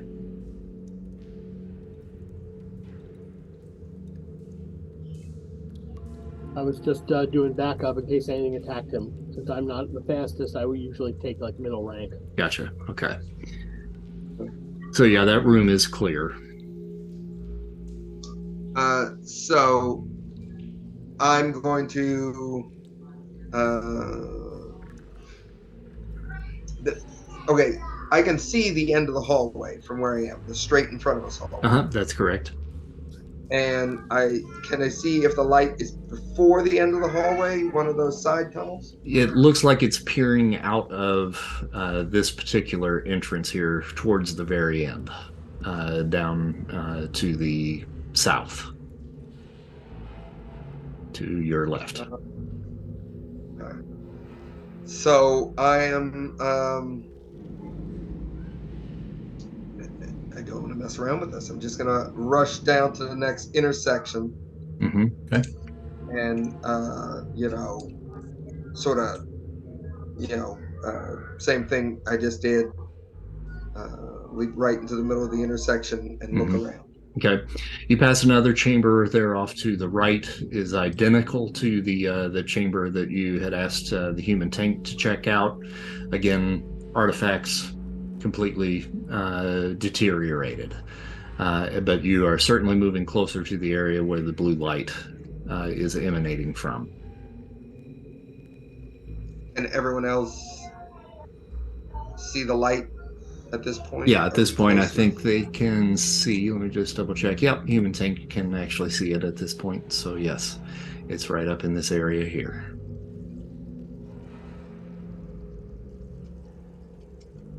I kind of see a very dim blue right about here. Yep. You can see where my mouse cursor is. You got it.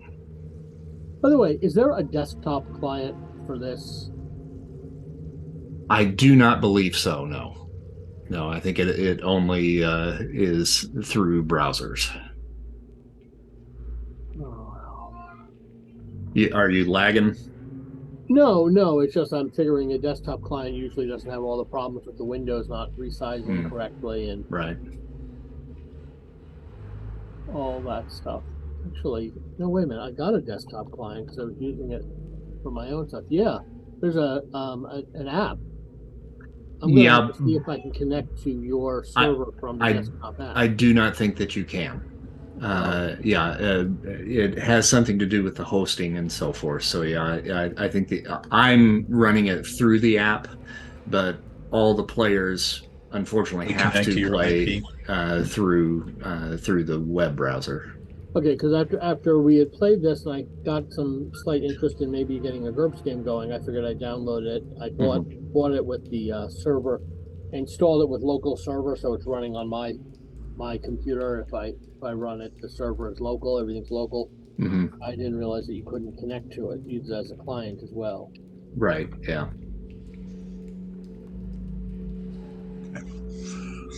Okay. All right, I understand now.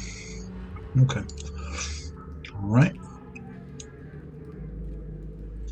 So the blue light is coming from the front left. Yep. Right. I'm going to gesture to the gentleman behind me, try to communicate. Stay on my heels. And I am going to rush that chamber. So you said we can move every block is half an area? You've got 5 blocks that would equal 1 area. So you can move a total of 15 squares.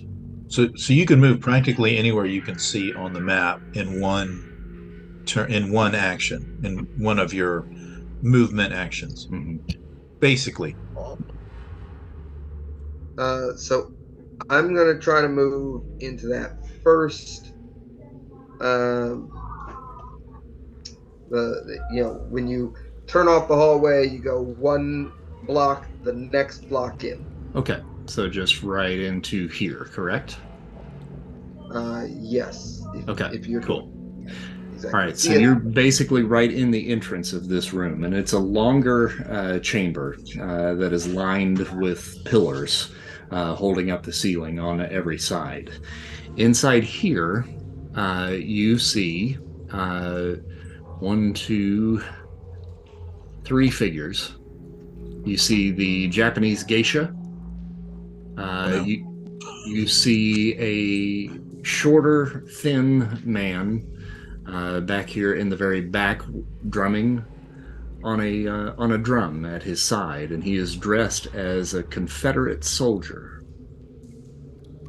And then off to his left and slightly in front of him is a small man of Egyptian origin, dressed in a turban and long, ratty robes. Pretty much the definition of a hermit. And on his forehead, you can see a stone that seems to be embedded into his forehead that is opalescent in nature.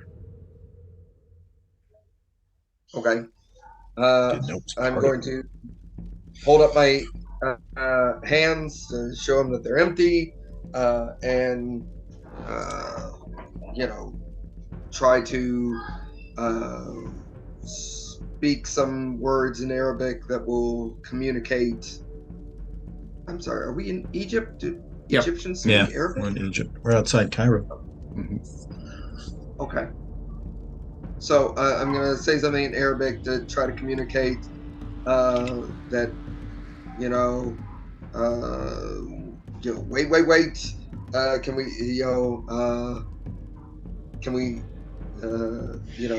we come in peace. We're here to treat with you.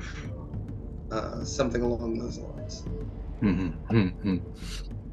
Gentlemen, you are trespassing on sacred ground.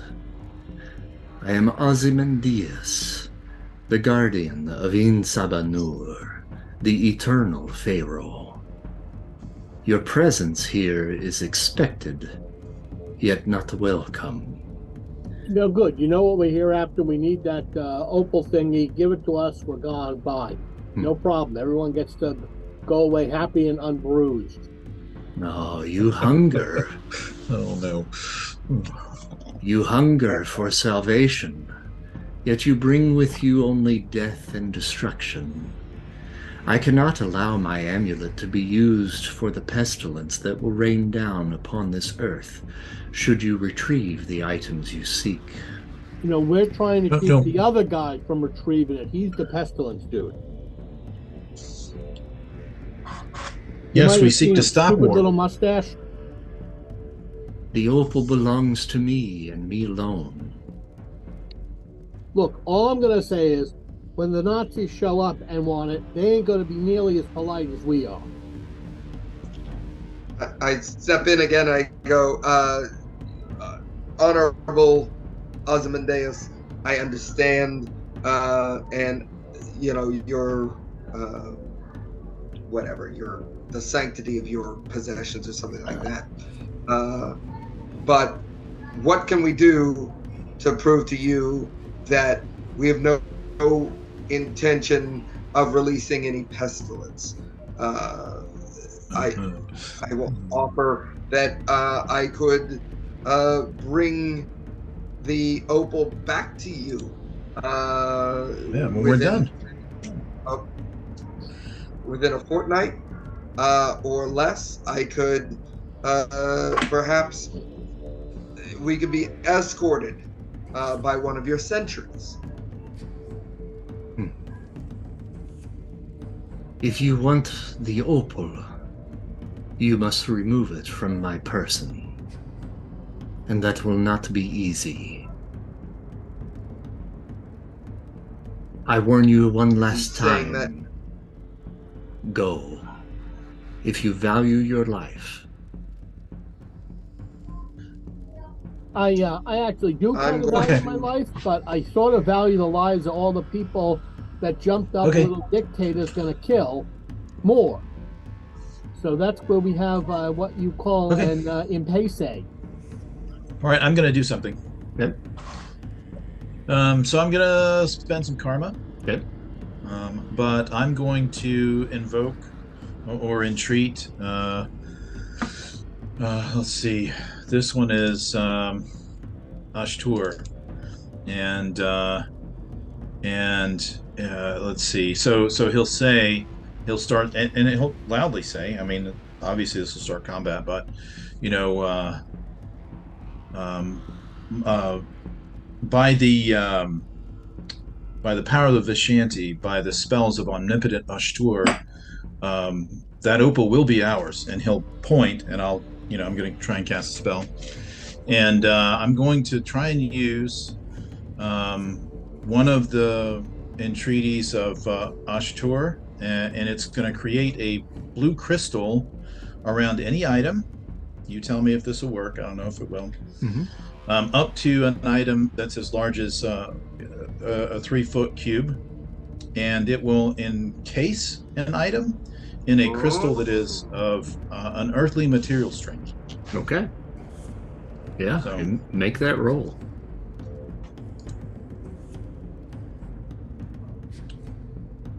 Let's see. So that is dimensional. Okay, so here is there might be a caveat on your part. So this is a dimensional spell. Mm-hmm. So depending on what you think, Mm-hmm. I need to roll a different feat. So there's a chart. It's in the rules of magic, and I'll just kind of read it to you. And it says that so this is one of the spells that they're known for. It's, you know, it was in the book, Realms of Magic, or Realms of Mysticism, or whatever. Mm-hmm. It's one normally associated with the being, which it is. That's a green feat. Mm-hmm. The effect desired is not one normally associated with the being, but not contrary to the being's purpose, Mm-hmm. which it's yellow. I don't, you know, it is one of the normal things. Or red, it's contrary. So basically, I'm kind of using Ashtur's power for something he wouldn't normally, or she. I think it's a he. I forget. I think it's he. Yes. Yeah, but I mean, I think it's one that he normally is associated with, because it's, you know, I got it from the book. So you tell me. Oh no, I think that's good. Yeah, I think a green feat is probably all you need. Okay, all right. So I'm gonna roll, and like I said, I'm gonna call karma. So, Mm-hmm. well, that's good. Because that was lousy. Oh, Jesus. All right. So I will spend 36 karma, which is a lot of the karma that I have, to make a green. Okay. And ultimately, I'm you know, it doesn't fly to me. It just, if it works, it'll start encasing the opal in, you know, this unearthly material strength crystal. Gotcha. All right. So you cast the spell, and this green crystal forms around the opal that is on Ozymandias's forehead, and you see his skin split around the opal, and he's pulled up into the air, and you rip the opal out of his head, and he slumps back down to the floor, puts his hand over the wound that is now on his forehead, and he screams bloody murder. And he says to his subjects, "Horsemen, stop them! Stop the infidels!" Oh, they're the horsemen. I'm looking around for the horses. I don't see no horses. They're the horsemen. They're the 4 horsemen. The axe-wielding Minotaur? Which one do you think he is? Is He's the no, a minotaur is a bull man. yeah. Yeah. Is A the opal horseman is a coming here? centaur. Yeah, but he's symbolic, I think, of either war or famine. I'm not I sure. guess more. I mean, he's the fighty guy that we saw. He is But the anyway, whatever. So is the jewel going to your hand? Is it just? Yeah, You know, it's right now, I'm this sorry. crystal is forming around it. Now your intent though is to pull it towards you, though, correct? Yes. Yeah. Yes. All right. So yeah, it's beginning its movement now towards you guys for sure. So I guess we're in initiative now. And we Yeah. are. I just changed everything to initiative here for you guys. Okay. So let me see. Hey, maybe I won't roll a 1 this time. That'd be great. Yeah, because I Hey! rolled a 1. I have a +3. I defy Oh, I'm all sorry. I laws just of I just rolled for probability. somebody there. I didn't mean to, but at least now we've all got our initiatives there. So sorry about that. I got a little click happy. All right. So Ozymandias got a 10. Jeb Lee got a 10. Mr. Arcane, you have a plus what? +3. Plus 3. So that puts you at 12. Mm-hmm. Human Tank, you have a +0, correct? Oh man, you got a 1. Yeah, I guess I'm going to be just doing you know garbage, picking up the pieces when everything's done. All righty. Okay, so Mr. Arcane, you have initiative. Okay. Well, so we know. Okay, so this guy is the drummer that we've been hearing. Yep. This is the insect girl, Mm-hmm. and this is Ozymandias. Okay. Yes.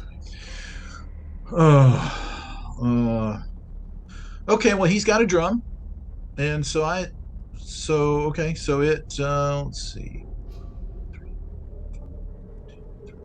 Can I ask, are you gonna get your hands on that jewel before your initiative? No.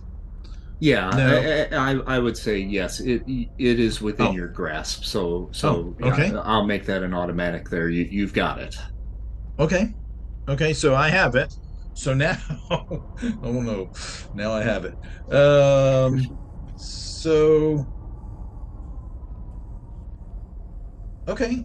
So what else is in this room? Do I see anything metallic, or do I like? So here's what I have. I have this energy control magnetism, and if I see some metal items, I'm going to make basically a barrier like here, and then we're going to leave, or I'm going to suggest we leave. But if I don't see that I don't know what's in there. The only metal in this room is probably embedded in the sand. Everything else is stone.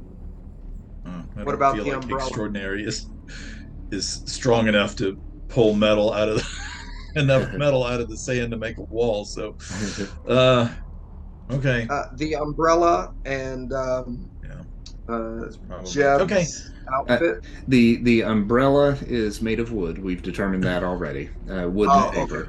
Yeah, yeah. Jeb Lee potentially might have some metal on him, Yeah, but yeah, it's yeah. mostly just buttons and stuff like that. So That probably not that's enough for a fine. That's barrier. fine. Well, these now we have been told these are the horsemen of the apocalypse. That's bad. Um, so so I'll take a uh, we should flee, but we can't let them get this back. So he'll take a shot. He'll cast a spell. Okay. Um, uh, Perhaps the bolts of bedevilment will discourage you from your course, and he'll cast a bolt of bedevilment at the geisha. I don't know. I don't. We don't know their names, but at the geisha. All right. Oh no! Not at the geisha. Not at the geisha. At the drummer. Okay. At the drummer. Gotcha. He wouldn't do that with the geisha. All right. So that is incredible. I think. Let me just double check.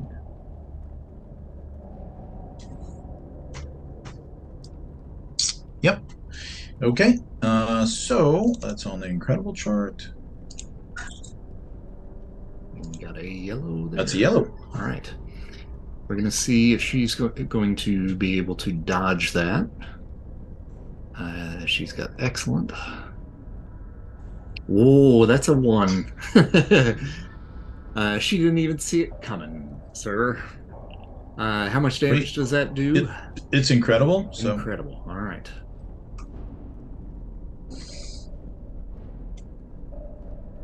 All right. So you hit her with the bolt of bedevilment, smacks into her with the roar of a tiger, and sends her reeling backwards and stumbles backwards into this pillar right here. Please don't make us fight you. And then we will now go to Ozymandias, who is going to attempt to recover. At this point, he is feeling around and reaches towards the pillar to his left to try to pull him up. And the way that he's moving and looking around, you can tell that he is blind. And he Gotcha. makes no action this round. So we go to Jeb Lee then next.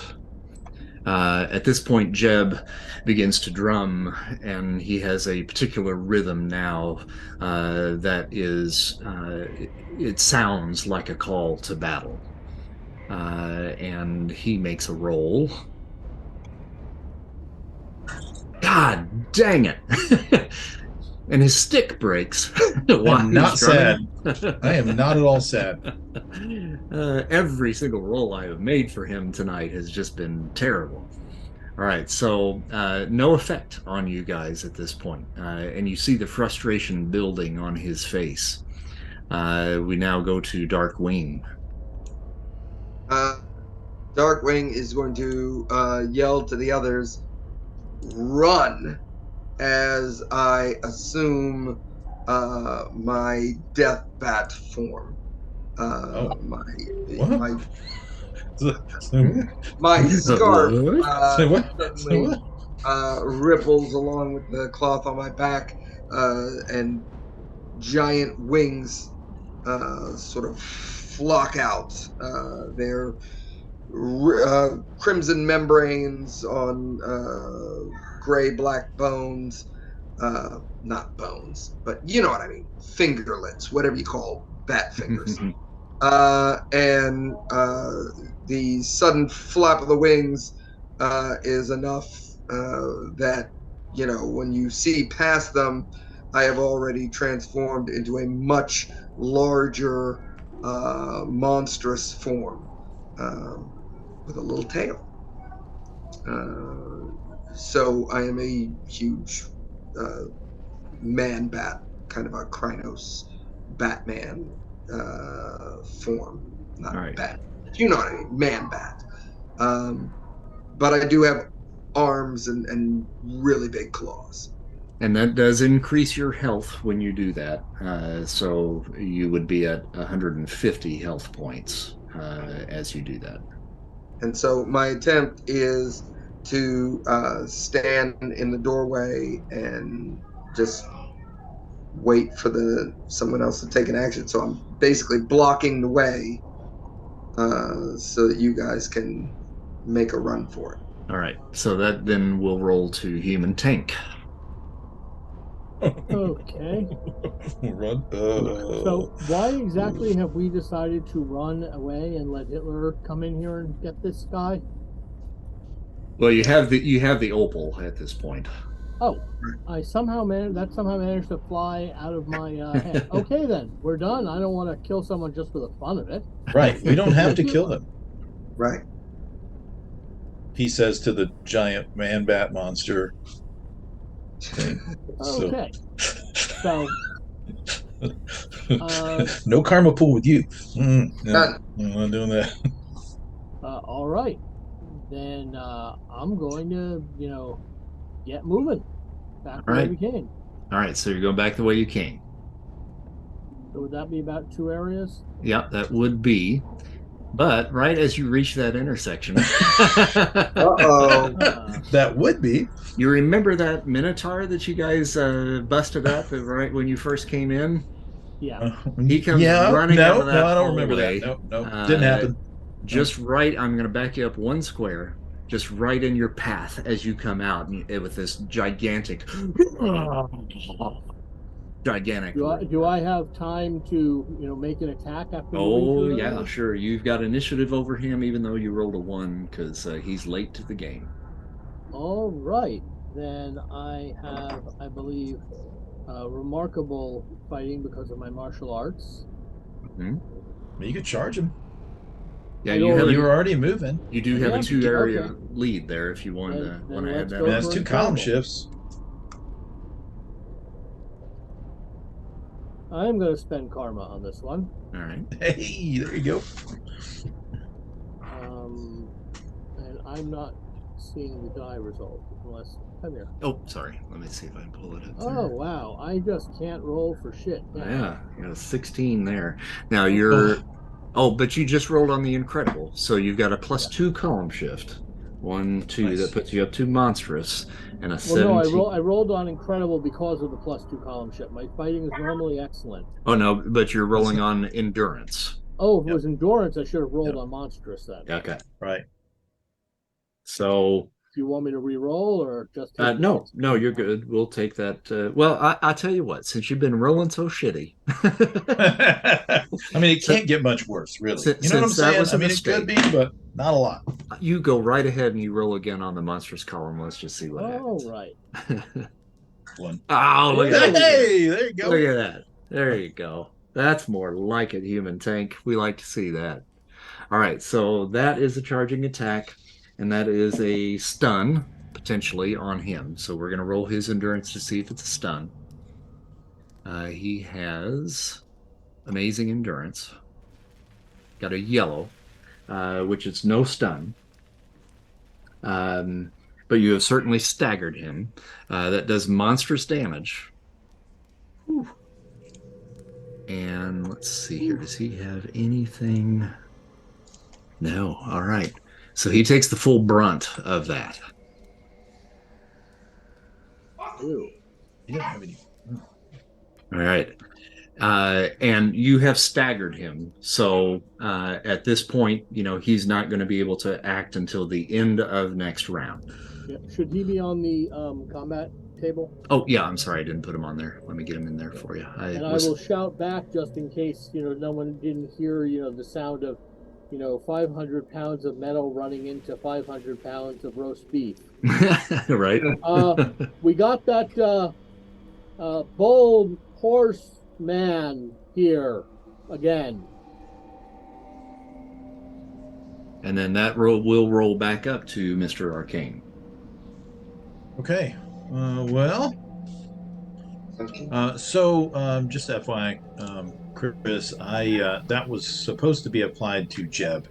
I know I said the geisha at first. Oh, but it was I'm supposed to sorry. be Jeb. My apologies. He, yeah, that's no change problem. his mind. I can. He wouldn't hit a woman. Sure. Sorry. No We'll problem. have to have somebody else do that. So, well, let's see. I can see the Minotaur, right? Yeah. Mm-hmm. Well, he's cutting off our escape. So I'll let fly a bolt of bedevilment against him also, and try and help out. Let's see. I'll move a bit to get out of line of sight there. All right. Now I will say, because this area is so narrow here, human tank is in the way. Okay. So you'll need at least a yellow to be able to hit. If you get anything less than that, there's a possibility you might hit human tank. Oh, all right. Well, in that case, then in that case, I won't do that. In that case, I'll stay where I'm at, and I'll take another shot at Jeb. Okay. So please, this doesn't have to end in your. This doesn't have to end in violence, and they'll commit some more violence. Okay. So that's a green. Okay. And that's another 40 points of damage if it connects. So we're going to see if he's going to dodge. He's got a typical agility, so this is probably not going to go real well for him. Yep, got a white. And we're going to roll endurance for him.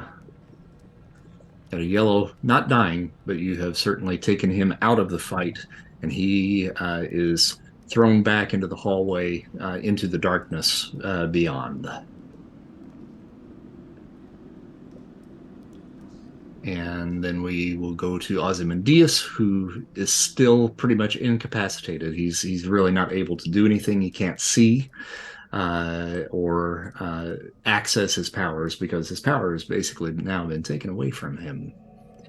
And that goes to Jeb, who is out and then Darkwing. So it's Darkwing's turn. Okay.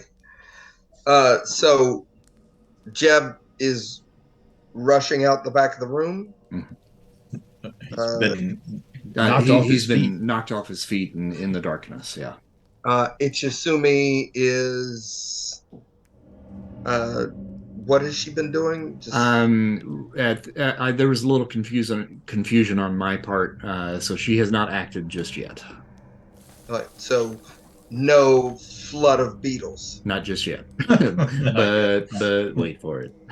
I will take 2 squares into the room and growl that we'll return what we've taken. If you I'm trying to get it in as few words as possible, but basically we'll give this back later, but if you keep fighting you will die. You're a very polite vampire. I am. I'm trying to play up the smooth spycraft. All right, Ichizumi takes no heed of that particular warning and dislocates her jaw, sending a spew of beetles in your direction. And since I spoke and moved, I can't take action against them, or I can? You didn't actually make action other than just you moved into the room just a little bit further, correct? Right. So yeah, you're still within the area that you were in, so that doesn't count against you. So if you want to beat her to the punch, you see the jaw dislocating and the beetles beginning to spill out. So you have initiative over her if you want to do something. I want to burst into my flock of bats. Mm-hmm. And as a flock of bats, I want to engage the swarm of beetles. Okay. I don't know how that works. I think that would be a fighting feat for you. I will spend karma. My fighting is still incredible, right? Yep. 40. And here. Come on, roll.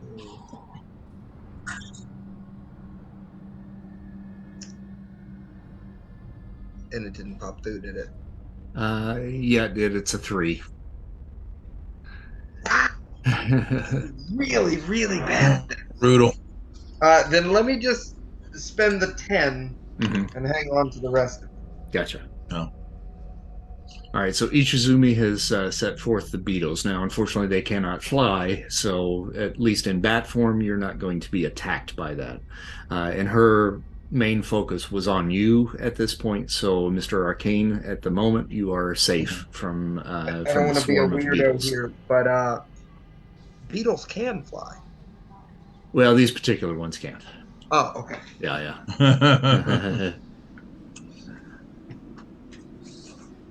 They're scurrying beetles. Yeah, they're the mummy beetles, where they like scurry along and devour shit. I guess really more scarabs, aren't they? Right. Okay, so that takes care of her action. Then we go to Human Tank once again. Okay, and I still got the this guy here. Okay, I'm going to do what you suggested. Can 2 actions just be 2 smashes? Yeah, they sure can be. Mm-hmm. Then I just want him, down and out so that we can get past him. All right, so fighting feat to make the extra actions. Okay, so my fighting is remarkable. Mm-hmm. I am going to spend karma on that so I don't lose the action. And of course. Another white, boy. How much do I need to spend there? Let's see here. So on remarkable 22, you got to get a 22 up to a 36. That's 14. 136 left. Okay. And so that gives me a green. Do I still get 2 actions, or Yep. do I? You get 2, right? Okay. And the way that we usually do this is you may make your first action now. We'll go through the rest of the actions for the other folks and then rolls back around to you. But in this instance, since you're the only one doing extra actions and you're the lowest initiative, you can just go ahead and make both of them. Okay, There's that's a one. green for my first smash. All right. And he is staggered. So we're going to make a roll for him to potentially dodge that. But he only gets the 1. And that's remarkable. And because he's staggered, that puts him at a -2 column shift. That's a white. So you hit. And how much damage? What's your strength again? My strength is incredible, so that's 40. 40. Right. You smash down on him, and he was kind of slumped over a little bit, so you hit him right in the back of the neck. Now we just follow with the uppercut, right to the chin. All righty. This ain't no Marquis of Queensberry. And that's another 40 points. Does the fact that it's a yellow rather than a green matter? Yes, that's a potential slam. So we're going to roll his endurance on that one. And taking the column shifts down, he got a yellow, so no slam. It's another stagger once again. One of these days, I am going to send someone flying. But you certainly hurt him, completely dislocated his jaw. And that then keeps taking the L. That's the end of the round. We go back up to the top, and I think that takes us to Mr. Arcane once again. Okay. I really don't want to blast this. No, she's not really a woman, though, is she? I mean, she sure looks like one. And other than that horribly dislocated jaw, fairly attractive. Now, I think it's worth mentioning that since I have exploded into a bunch of bats and there's a bunch of beetles and we're all flying around, would that mean that there's some visibility issues? Yeah. Partially, yeah. Okay, well, you know what? I think that Minotaur is down. I think. Do what now? As a meanwhile, that Minotaur is absolutely down. He's been wrecked, right? He's still kicking, but he's not feeling good. So the path out is a little clearer than the path to location. All right. Well, I'll move here, and I guess I'll just delay, I suppose, to see what Tank needs. Okay. He seems to be holding his own. Darkwing, it's back to you then. It's not Itchy. Ichizumi. Ichizumi's turn. It's you next, and then Ichizumi's after you. Okay. Cool. So I am going to attempt to mystically summon more bats. Right? So I'm in my bat form, and I'm going to summon another flock. Gotcha. I assume magical summoning works like that. I can just... Yeah. I think so. Okay. So is that... It's animal control under the excellent column for you, yeah.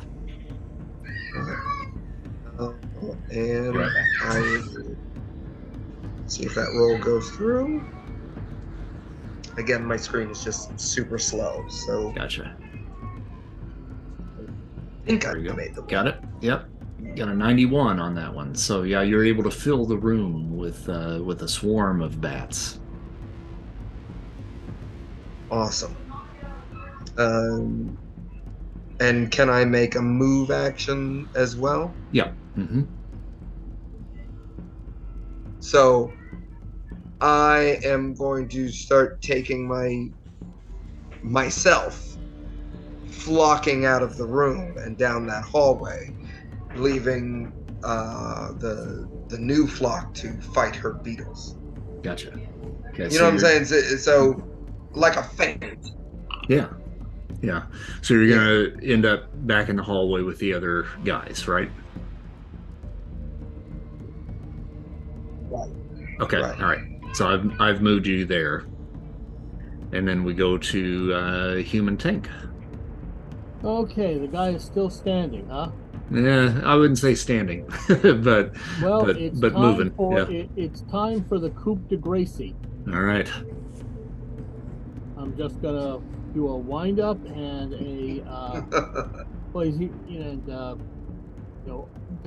double hand overhead slam kind of thing. Gotcha. Okay, now Yellow. I'm finally getting the rolls. All right. Oh, and he got a white to attempt to get out of the way of that one. So you come down on the back of his head with that double-fisted smash, and you drive his face into the stone so hard that it just embeds his upper torso into the floor.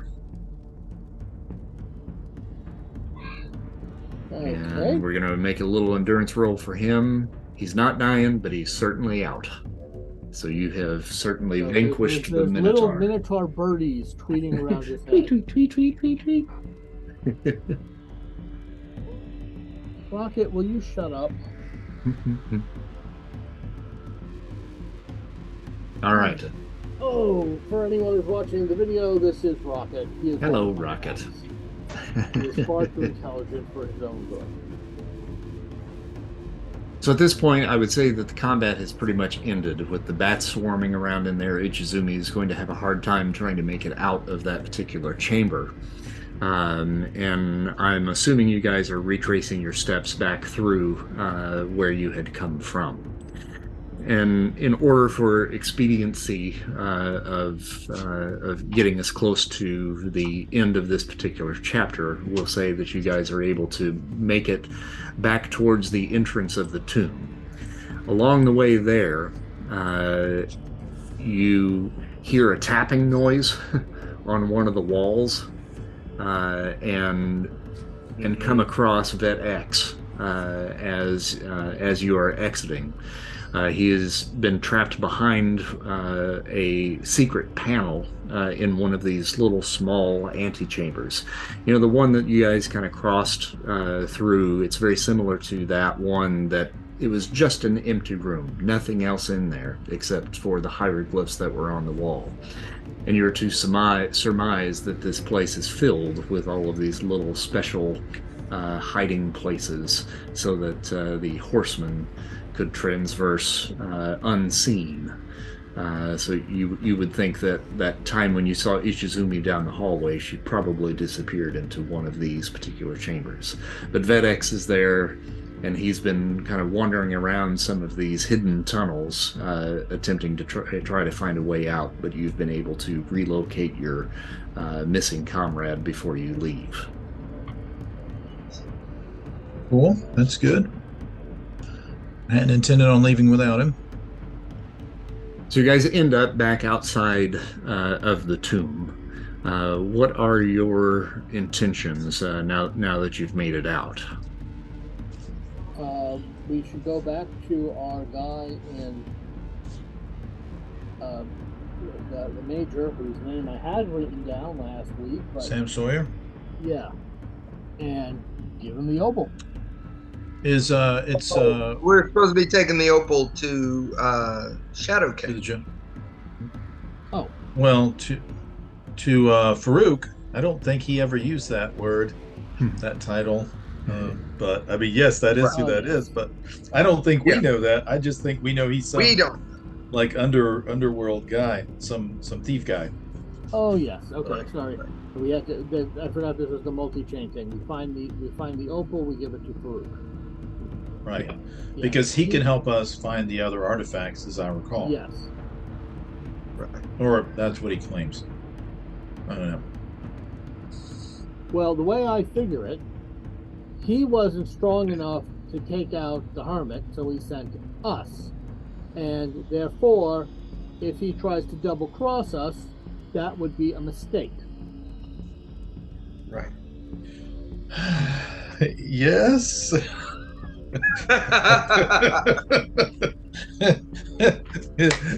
Yes, says the naive scholar. Yes, that would be a mistake. I mean, you're with the military. Surely he's got to be concerned about that. I mean, you could just, I don't know, roll a tank in here or something. I don't, well, maybe even a human tank. I don't know. Um, this is not my area. I don't know. But But this that is was the deal. where, leaving the area quickly. Is the guide is still with us? Yes, Ahmed is still waiting with the camels just outside the oasis. Okay. So we got to get out of here. Well, let us Make it leave back. before we're followed or chased or pursued. All right, so if you guys do make your way back out of the desert, eventually you'll find yourself back in Cairo. And the intent I am to surmise from the discussion you just quickly had is to return to Amahl Farouk and his nightclub. Yeah, because he's supposed to use this to All right. help us. I think, right? That was the deal. So So it's is it a long ride?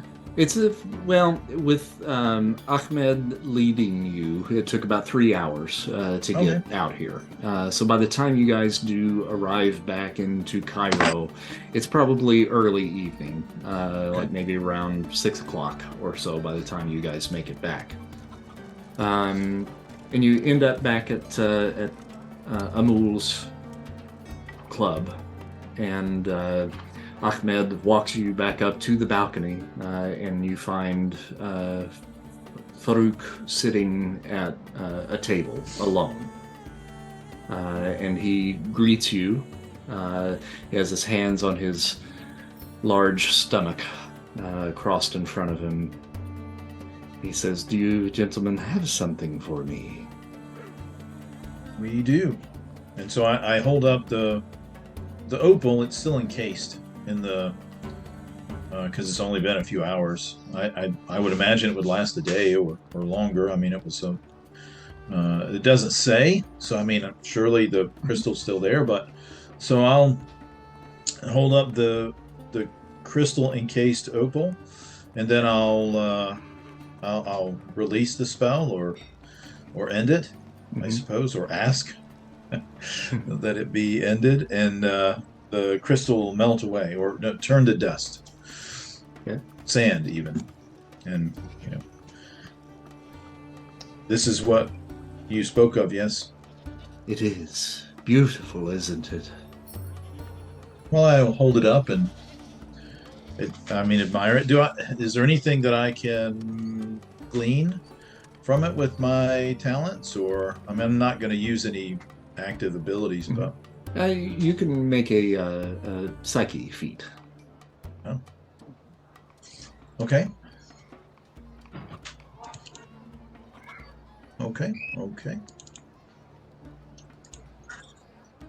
Well, that's a green on amazing. It is a powerful talisman. And it's causing a bit of an urge in you to hang on to it. But with the psyche feat, you may make a choice as to whether or not you want to keep it Okay, or give it. Okay, so I'm holding it up, like presenting it in some fingers, and then when I do that, I drop it into my palm, and I'm kind of like deciding, right? It's obvious he's deciding. No, he's shaking. He's like, while he's obviously deciding, yeah. My character will move in and just sort of do a sort of a hand at a distance in front of you, between you and him, kind of like saying, before we hand it over, and I'll actually tell him, we want to make it very clear that that you will not be keeping this.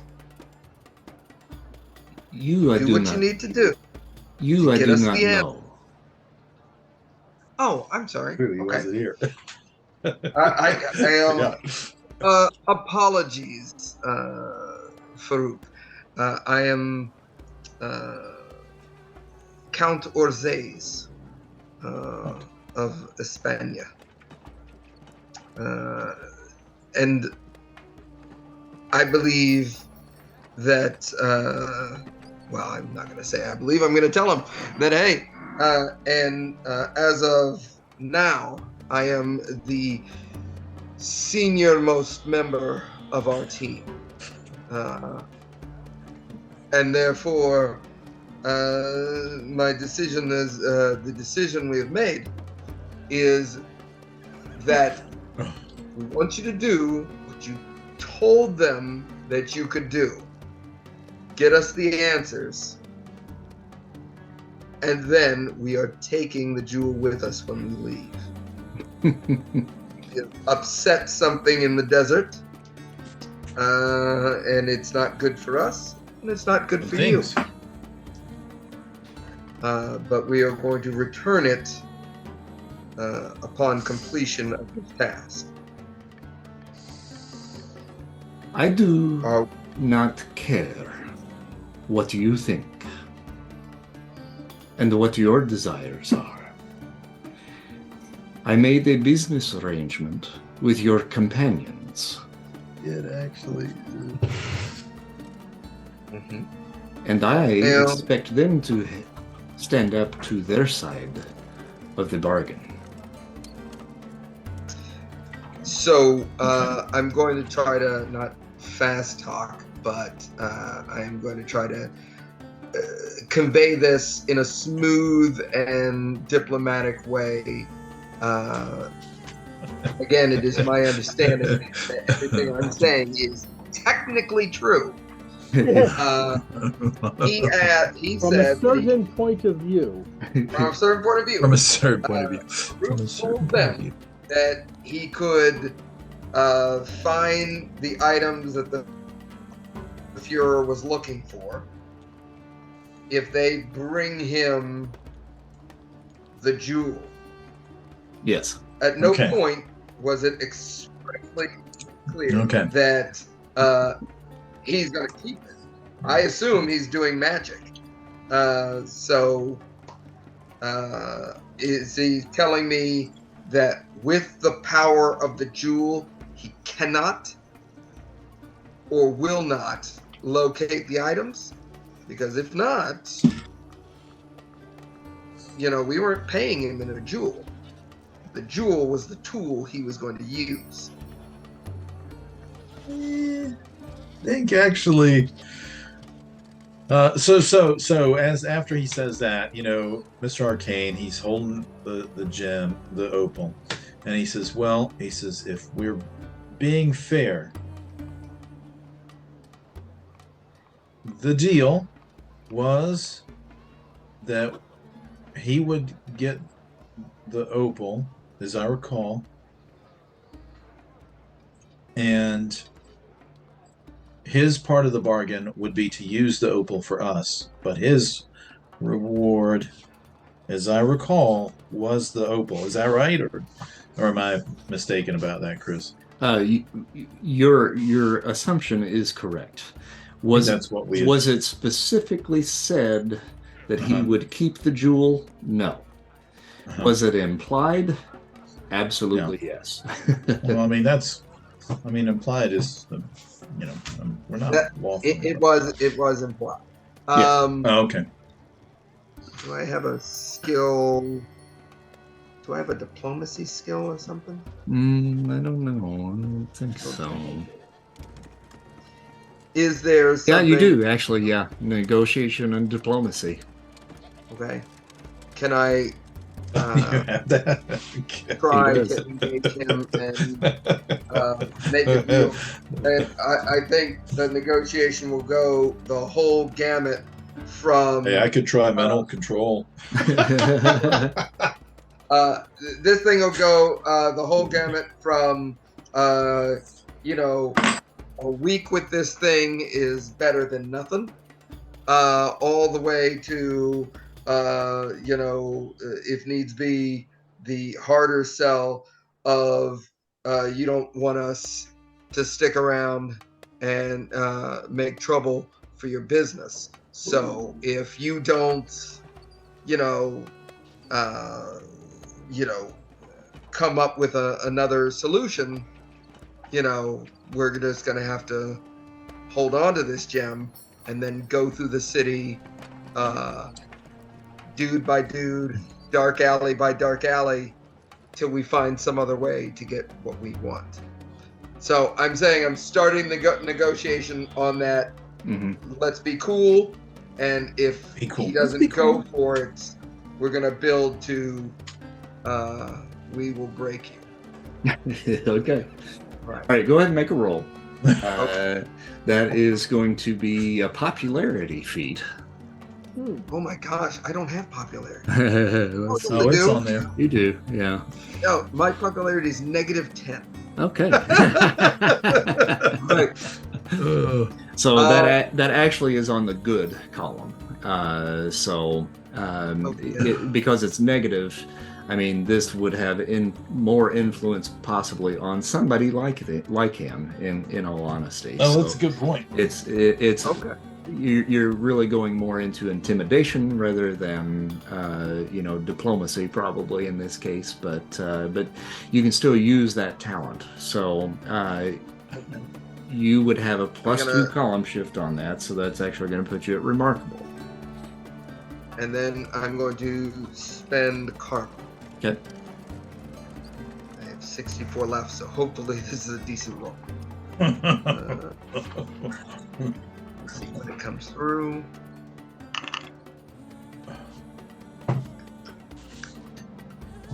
Now, for the record, my villains also have karma to spend. I feel like he's got a lot. So, am I that white result? Yeah, and so am I.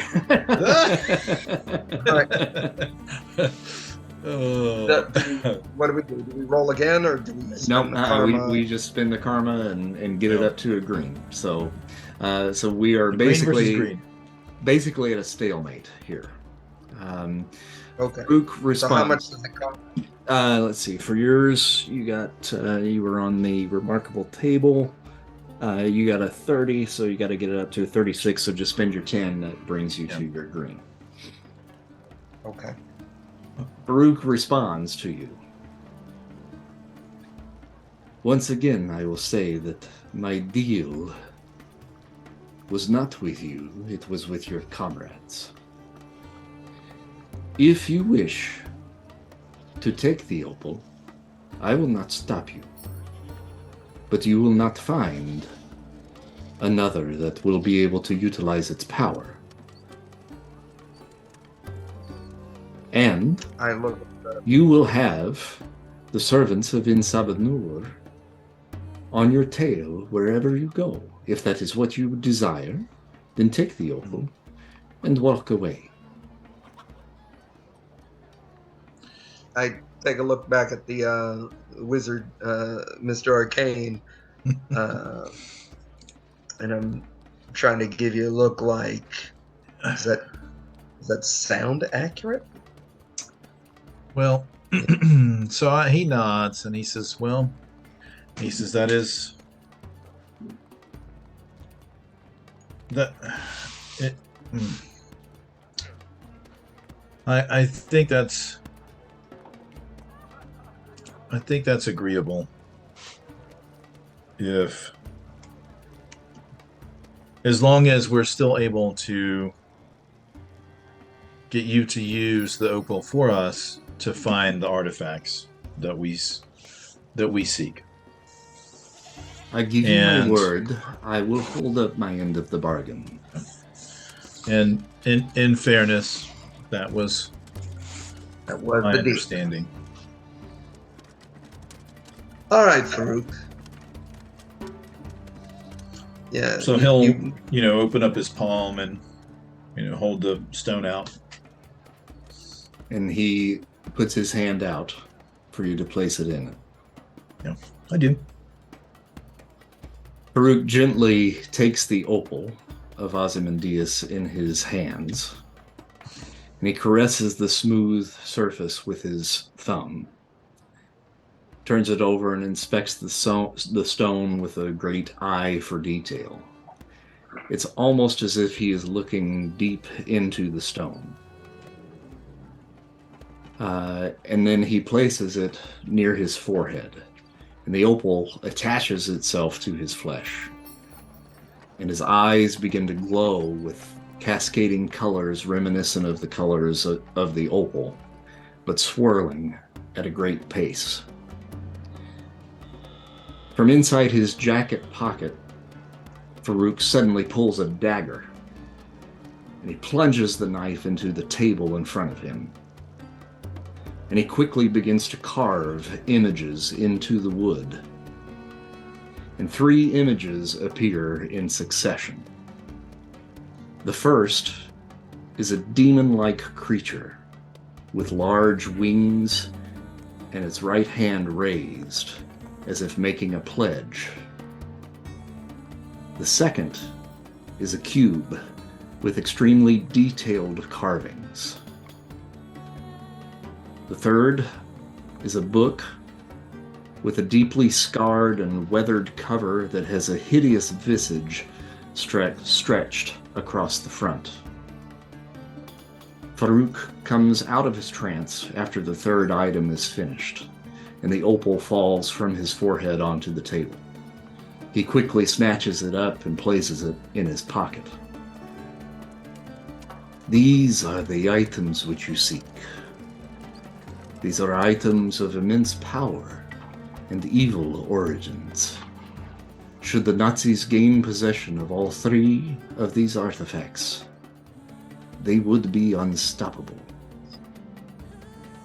This item here, the amulet of the waving winged figure, this is the Mesopotamian demon known as Pazuzu, the demon of the southwest wind.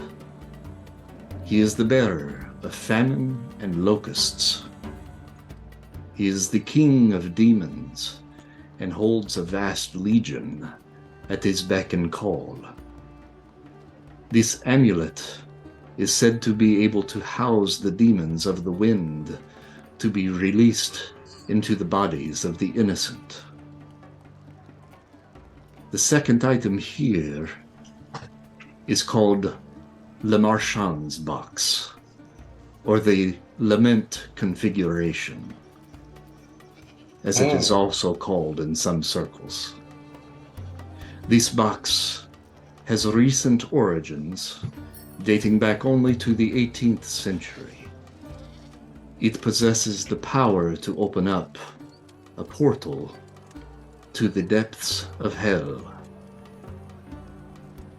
The final item is a book encased and bound in the flesh of mortal men who failed to obey the authors of the book, demonic entities known as the Dark Ones. This book is called the Necronomicon, and it would grant power over legions of the dead. In my visions, I saw through the eyes of a killer the slash of a razor and streets of cobblestone running red with blood. It is on these streets where your journey will begin. I do not envy you your task. Yes, I have often had dealings with the Third Reich, but I am not a man who seeks to destroy life itself. The possession of these items would bring about the true Armageddon. You must do whatever is in your power to prevent Hitler's inner circle from obtaining these tools of mass destruction.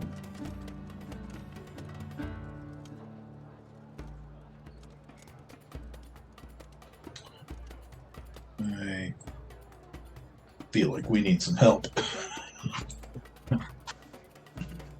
Seems okay. Duly noted. Do any of those items? Am I familiar with any of those items? Necronomicon for sure. And it is exactly what he said. It is a tool to summon and control the dead. The statue of Pazuzu, you've heard stories of for certain. Lamarchan's box is something that is maybe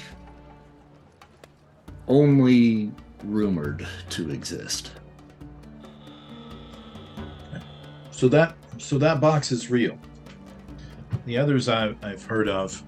I know some things about them, but you're telling me the box is real. According to the visions, yes.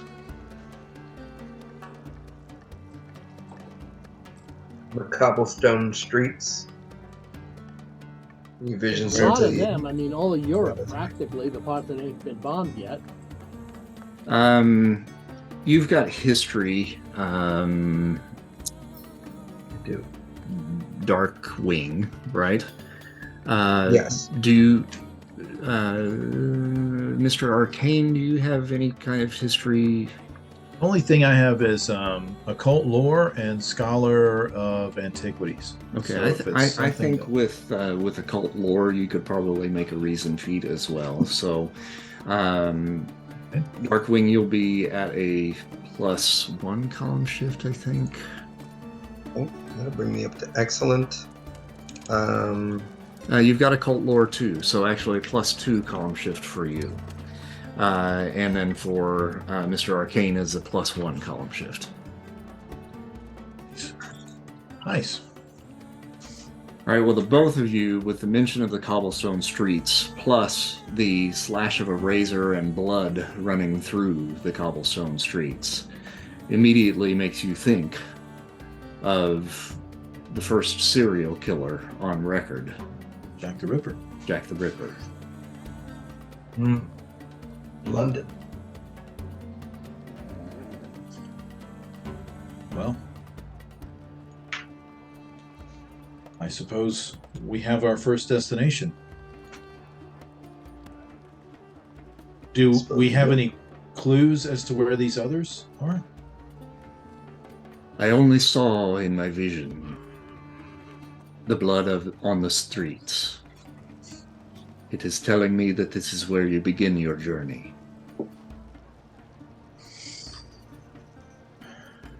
Well, a start is better than nothing at all, so Right. perhaps Agamotto will provide us a way. So I'm going to bid Farouk a polite farewell and make my way out of his club. Be careful where you tread, Count.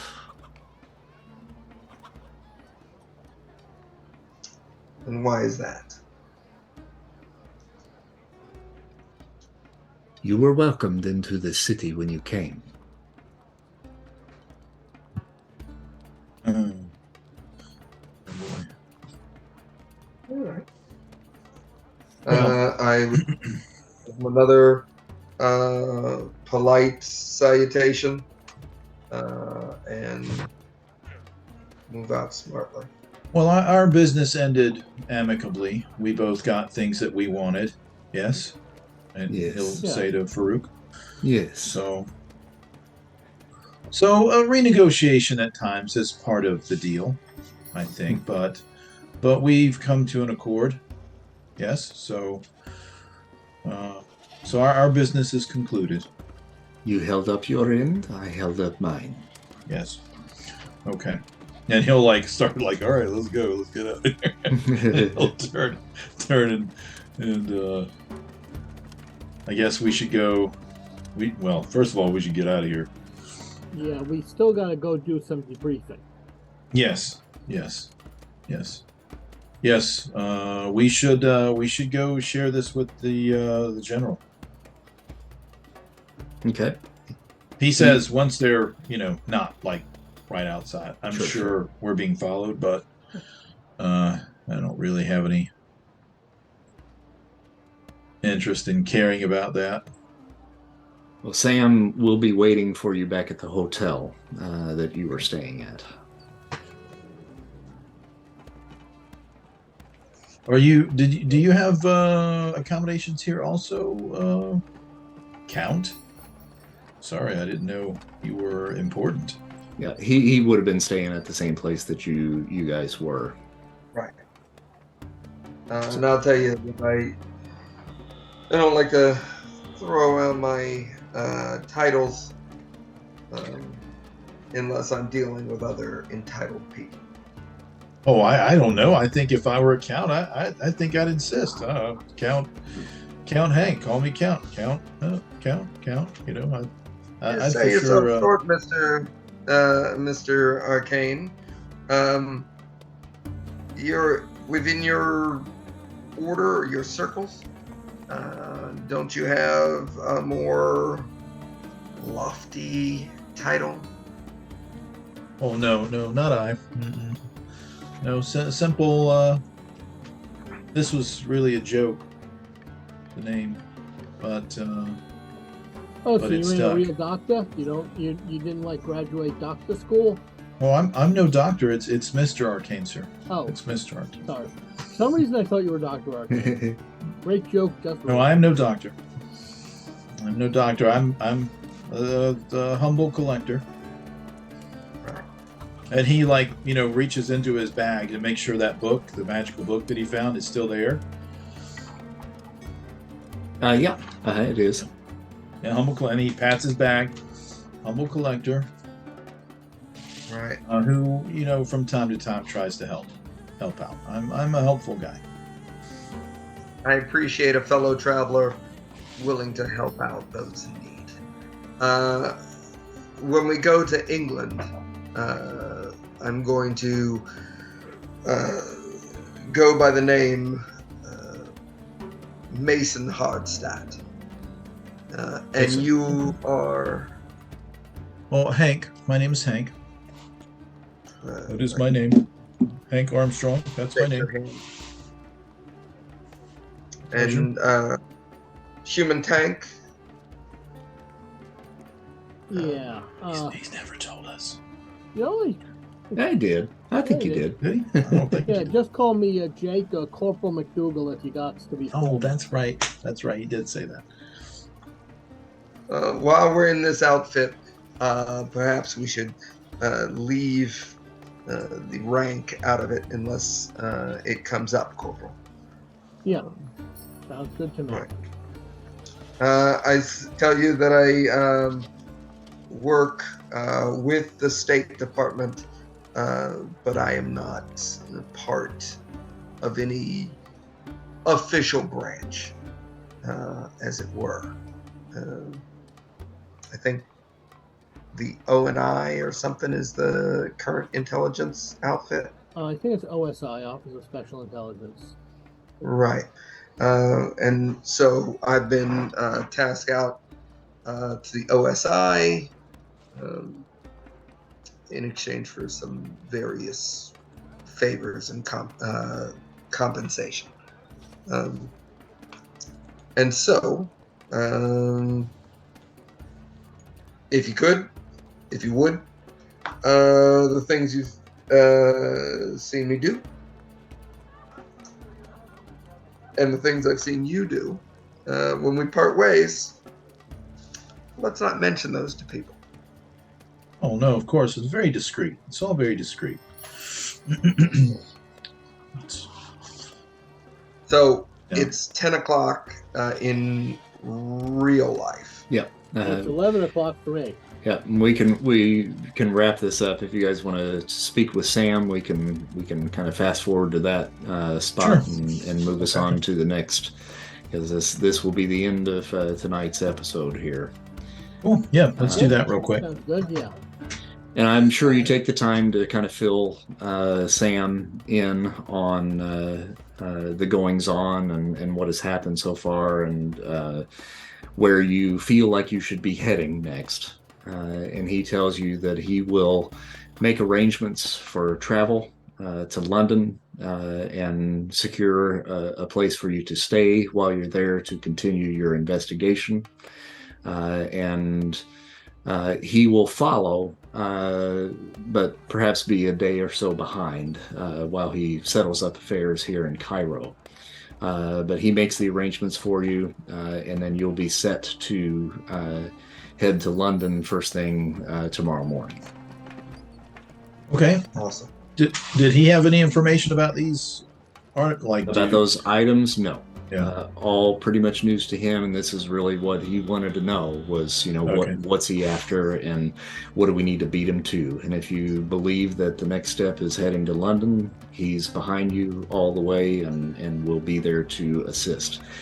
He asks that if you do obtain one of these items, or all of these items, hopefully, he has a containment unit that is specially designed to house these particular items, so that when you do retrieve one, to return it to him, and he will make sure that it is spirited away into a safe place, away from Hitler's sticky little fingers. Well, I mean, I suppose that was the whole purpose, wasn't it? So certainly. Just for the purpose of clarity, I suppose, or I suppose that's a fair enough word. We did recover an artifact that we used, or that we had someone use, to point us in this direction, but the negotiation was that this person would remain in possession of that item.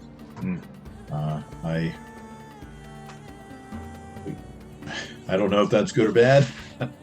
He was willing to help us, but I mean, I understand he's not a force for good in Cairo, but I suppose that's not my business. Sam says, well, we got a saying back in Texas. Sometimes you got to crack a few eggs to make an omelet. The count says that, General, you know that it is my business. And while I'm moving on from here, please, if you could report back to, whoever, our mutual friends, that item is in the hands of a very dangerous man, Farouk, Amahl Farouk, and when all this other unpleasantness is resolved, they don't have to call me, but someone needs to be called to either recover that item, to either remove that item from Amahl's hands, or remove Amahl, because he's not a Hitler, but we have given He's no him saint. this tool. He ain't no saint. That's right. Yeah. Understood, and you can take it to heart that we've got our eyes on him. We've been watching him for a long time. Great. Okay. Great. Okay, well, we'll make our arrangements. All right. And with that, oh yeah, go ahead. Yeah. So as they walk out of the room, he's like, so he turns to you two, and I guess three, right? Because VedX is technically there.